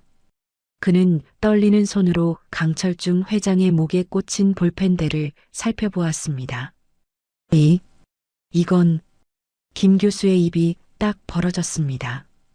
윤상갑상막 정중앙. 단 1mm의 오차도 없이 정확하게 기도만을 확보한 완벽한 절개였습니다. 주변의 혈관이나 신경 손상은 전혀 없었습니다. 전문의들도 응급 상황에서는 손을 떨다가 실패하기 일쑤인 시술이었습니다. 그런데 의대 근처에도 못 가본 고등학생이, 그것도 어둠 속에서 문구용 칼로 이걸 해냈다고요? 말도 안 돼. 어떻게 이런 완벽한 위치를. 김 교수는 경악을 금치 못하며 한민우를 돌아보았습니다. 한민우는 온몸에 피를 뒤집어 쓴 채 멍하니 앉아 있었습니다. 그의 손은 여전히 덜덜 떨리고 있었죠. 천재적인 의술을 발휘했지만 그는 여전히 겁 많은 17소년이었으니까요. 의료진들이 재빨리 강철중 회장에게 달려들어 산소 마스크를 씌우고 볼펜대 대신 정식 기도 삽관 튜브로 교체하는 처치를 시작했습니다. 다행히 바이탈 수치는 정상으로 돌아오고 있었습니다. 그 소란 속에서 강철중 회장이 천천히 눈을 떴습니다. 그의 시선이 가장 먼저 찾은 것은 의사도 경호원도 아니었습니다. 바닥에 탈진해 있는 한민우였습니다. 강철중 회장은 힘겹게 손을 뻗었습니다. 민우야. 산소 마스크 때문에 웅얼거리는 소리였지만 한민우는 그 부름을 단번에 알아들었습니다. 한민우가 무릎걸음으로 다가가 강철중 회장의 손을 잡았습니다. 네, 할아버지. 저 여기 있어요. 괜찮으세요? 강철중 회장은 대답 대신 한민우의 피 묻은 손을 꽉 움켜쥐었습니다. 그 악력에서 느껴지는 것은 단순한 고마움이 아니었습니다. 그것은 생명을 빚진 자의 경외심, 그리고 자신의 목숨을 걸고 나를 살려낸 손자에 대한 뼈저린 사랑이었습니다. 강철중 회장의 눈가에서 눈물이 주르륵 흘러내려 베개를 적셨습니다. 그제야 한민우도 긴장이 풀리며 참았던 울음을 터뜨렸습니다. 으앙, 무서웠어요. 진짜 돌아가시는 줄 알고. 흐엉. 피범벅이 된 얼굴로 아이처럼 엉엉 우는 한민우를 강철중 회장은 떨리는 손으로 쓰다듬고 또 쓰다듬었습니다. 그때 병실 벽에 붙은 스피커에서 치직하는 소리와 함께 안내 방송이 울려 퍼졌습니다. 알립니다. 현재 병원 전력 시스템을 고의로 파손하고 도주하려던 강진석 전무와 공범들을 경찰이 현장에서 전원 검거했습니다. 환자분들과 보호자분들은 안심하시기 바랍니다. 다시 한번 알립니다. 태풍 카눈이 물러가고 거짓말처럼 맑고 투명한 아침 햇살이 인천국제공항의 유리창을 비추고 있었습니다. 하지만 출국장 게이트 앞을 서성이는 강진석 전무의 얼굴은 흑빛이었죠. 그는 선글라스로 불안한 눈동자를 가린 채 연신 손목시계를 들여다보며 입술을 물어뜯고 있었습니다. 위조 여권과 현금 가방을 챙겨 LA행 비행기에 몸을 싣기만 하면 모든 것이 끝난다고 믿었으니까요. 탑승 수속이 곧 마감됩니다. 승객 여러분께서는 안내 방송이 흘러나오자 강진석 전무가 안도의 한숨을 내쉬며 탑승구 쪽으로 발걸음을 옮겼습니다. 바로 그때였습니다. 건장한 체격의 남자들이 사방에서 튀어나와 강진석 전무의 앞길을 막아섰습니다. 형사들이었습니다. 강진석 씨, 살인 미수 및 특수시설 파괴 혐의로 긴급 체포합니다. 뭐야? 너희들 누구야? 나 강성그룹 전무야. 비켜. 강진석 전무가 발악하며 몸부림쳤지만 형사들은 거침없이 그의 팔을 뒤로 꺾고 차가운 수갑을 채웠습니다. 철컹 하는 금소금과 함께 강진석 전무의 야망은 산산조각이 났습니다. 당신이 매수한 설비팀장이 이미 다 자백했습니다. 병원 CCTV도 복구됐고요. 변호사는 서에서 부르시죠. 안 돼. 이건 모함이야. 삼촌. 공항 로비가 떠나가라 고함을 지르며 끌려가는 강진석 전무의 모습은 그 자리에 있던 수많은 시민들의 스마트폰 카메라에 고스란히 담겼습니다. 그리고 1시간 뒤 뉴스 속보가 대한민국 전역을 강타했습니다. 속보 강성, 그룹 강진석 전무 회장 암살 시도 및 병원 테러 혐의로 공항서 검거. TV 화면에는 수갑을 찬 채 고개를 숙인 강진석 전무의 초라한 모습과 그가 저지른 끔찍한 범죄 행각이 낱낱이 보도되고 있었습니다. 악의 몰락은 그렇게 순식간에 그리고 처참하게 이루어졌습니다. 그로부터 며칠 뒤 강성대학병원 1층 로비는 수백 명의 취재진으로 발 디딜 틈이 없었습니다. 일반 병실로 옮긴 강철중 회장이 직접 기자회견을 자청했기 때문입니다. 수많은 카메라 플래시가 터지는 가운데 휠체어가 아닌 두 발로 당당하게 걸어 나온 강철중 회장이 단상에 섰습니다. 그리고 그의 옆에는 쑥스러운 표정으로 교복을 입고 서 있는 한민우가 있었습니다. 강철중 회장은 마이크를 잡고 떨리지만 힘 있는 목소리로 입을 열었습니다. 존경하는 국민 여러분, 저는 오늘 제 인생에서 가장 부끄러운 고백과 가장 자랑스러운 소개를 하려고 합니다. 장내가 물을 끼얹은 듯 조용해졌습니다. 강철중 회장은 덤덤하게 자신의 조카가 벌인 패륜적인 범죄와 죽음의 문턱까지 갔던 그날 밤의 이야기를 털어놓았습니다. 그리고 한민우의 어깨를 감싸 안으며 말을 이었습니다. 모두가 도망치고 외면할 때 오직 이 어린 소년만이 제 목숨을 구했습니다. 독이 든 수액통을 던져 저를 깨우고 칠흑 같은 어둠 속에서 제 목을 뚫어 숨을 불어넣었습니다. 기자들의 탄성이 여기저기서 터져나왔습니다. 한민우는 얼굴이 빨개져 고개를 푹 숙였지만 강철중 회장은 그 어느 때보다 자랑스러운 표정이었습니다. 이 아이 한민우 군은 병원 청소부였습니다. 하지만 이제는 제 생명의 은인이자 제 핏줄보다 더 진한 제 손자입니다.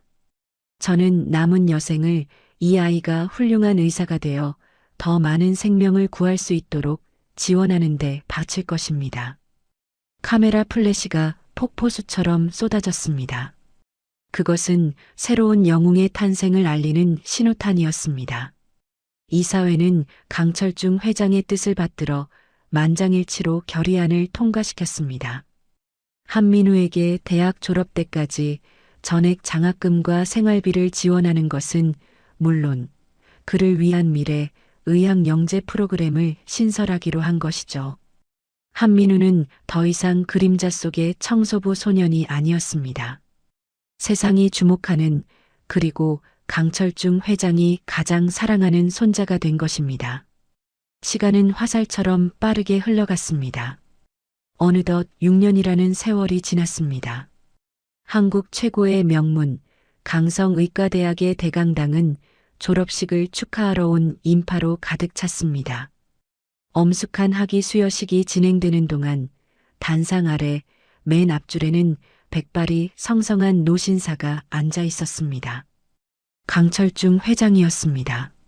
세월의 흐름 탓에 주름은 더 깊어졌고 지팡이에 의지하는 힘은 약해졌지만 그의 눈빛만은 6년 전 그날처럼, 아니 그보다 더 빛나고 있었습니다. 그의 옆에는 이제는 수간호사에서 간호부장으로 승진한 수간호사와 베테랑 간호사가 된 박 간호사가 함께 앉아 박수를 치고 있었죠. 지금부터 수석 졸업생의 답사가 있겠습니다. 전체 수석 한민우.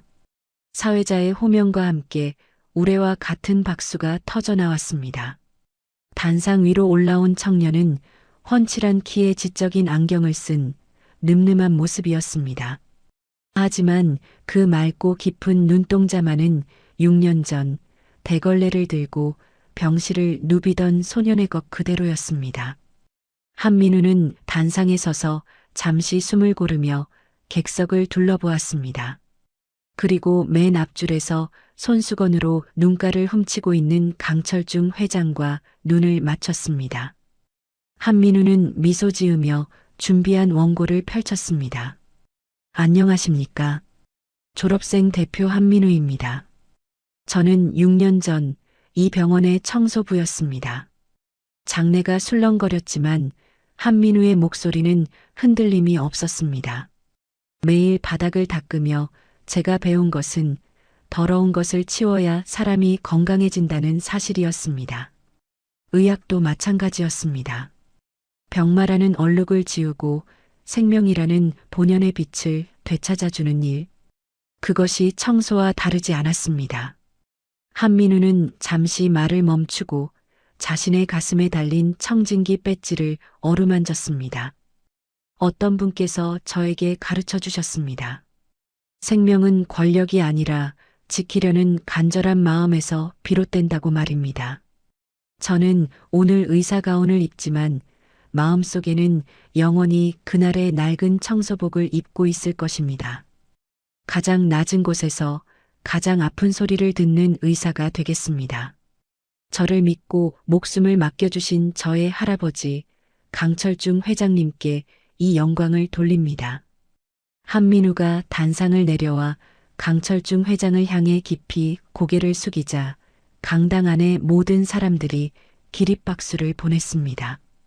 강철중 회장은 흐르는 눈물을 닦을 생각도 하지 못한 채 자리에서 일어나 한민우를 꽉 끌어안았습니다. 장하다. 내 새끼 정말 장하다. 강철중 회장의 떨리는 목소리가 한민우의 귓가에 맴돌았습니다. 박 간호사와 간호부장도 서로 얼싸안고 펑펑 울음을 터뜨렸습니다. 그것은 한편의 드라마보다 더 감동적인 진짜 가족의 완성이었습니다. 졸업식이 끝나고 캠퍼스에는 벚꽃이 눈처럼 흩날리고 있었습니다. 따스한 봄바람을 맞으며 이제는 의사 가운을 입은 한민우와 강철중 회장이 나란히 교정을 걸었습니다. 강철중 회장은 한민우의 가운 자락을 자랑스러운 듯 만지작거렸습니다. 옷이 날개라더니 이제야 좀 태가 나는구나. 예전 유니폼은 솔직히 좀 촌스러웠어. 회장님도 참, 그때는 그 유니폼이 제일 편하다고 하셨으면서요.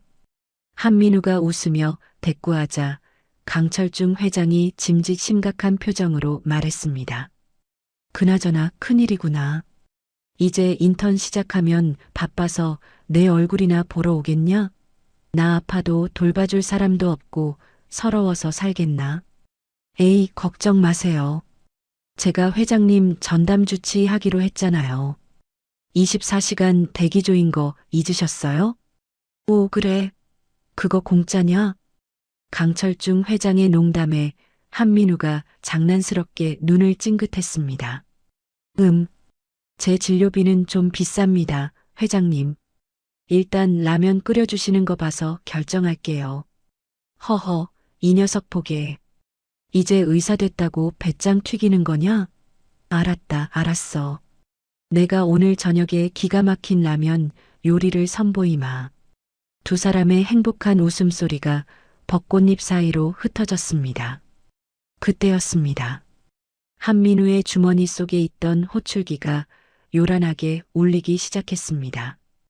코드 블루, 코드 블루. 응급실. 심정지 환자가 발생했다는 긴급 호출이었습니다. 한민우의 표정이 순식간에 진지하게 변했습니다. 회장님, 저 가봐야 할 것 같아요. 응급 환자예요. 가라. 어서 가서 살려내. 내 손자 실력 좀 보여주란 말이야. 강철중 회장이 한민우의 등을 힘껏 떠밀었습니다. 한민우는 다녀오겠습니다. 라고 외치며 병원 본관을 향해 전력 질주를 시작했습니다. 하얀 가운을 휘날리며 뛰어가는 한민우의 뒷모습. 그 위로 6년 전 수액통을 던지며 안 돼요. 라고 외치던 17세 소년의 모습이 오버랩되었습니다. 시간은 흘렀고 옷은 바뀌었지만 생명을 향해 달리는 그 간절한 뒷모습만은 하나도 변하지 않았습니다. 그는 여전히 그리고 영원히 누군가의 영웅이었습니다. 오늘 준비한 사연 어떠셨나요? 자신의 이익을 위해 핏줄마저 해치려 했던 비정한 욕망 앞에서 오직 생명을 살리겠다는 일념 하나로 수액통을 던진 17소년 민우의 용기가 가슴 깊은 울림을 주는 시간이었습니다. 강 회장님이 민우를 향해 내 핏줄보다 더 진한 손자라고 말했던 장면은 진정한 가족의 의미가 무엇인지 다시금 생각하게 만듭니다. 결국 사람을 살리는 것은 뛰어난 의술이나 막대한 돈이 아니라 상대를 진심으로 위하는 따뜻한 마음이라는 것을 민우가 증명해 보인 셈이죠.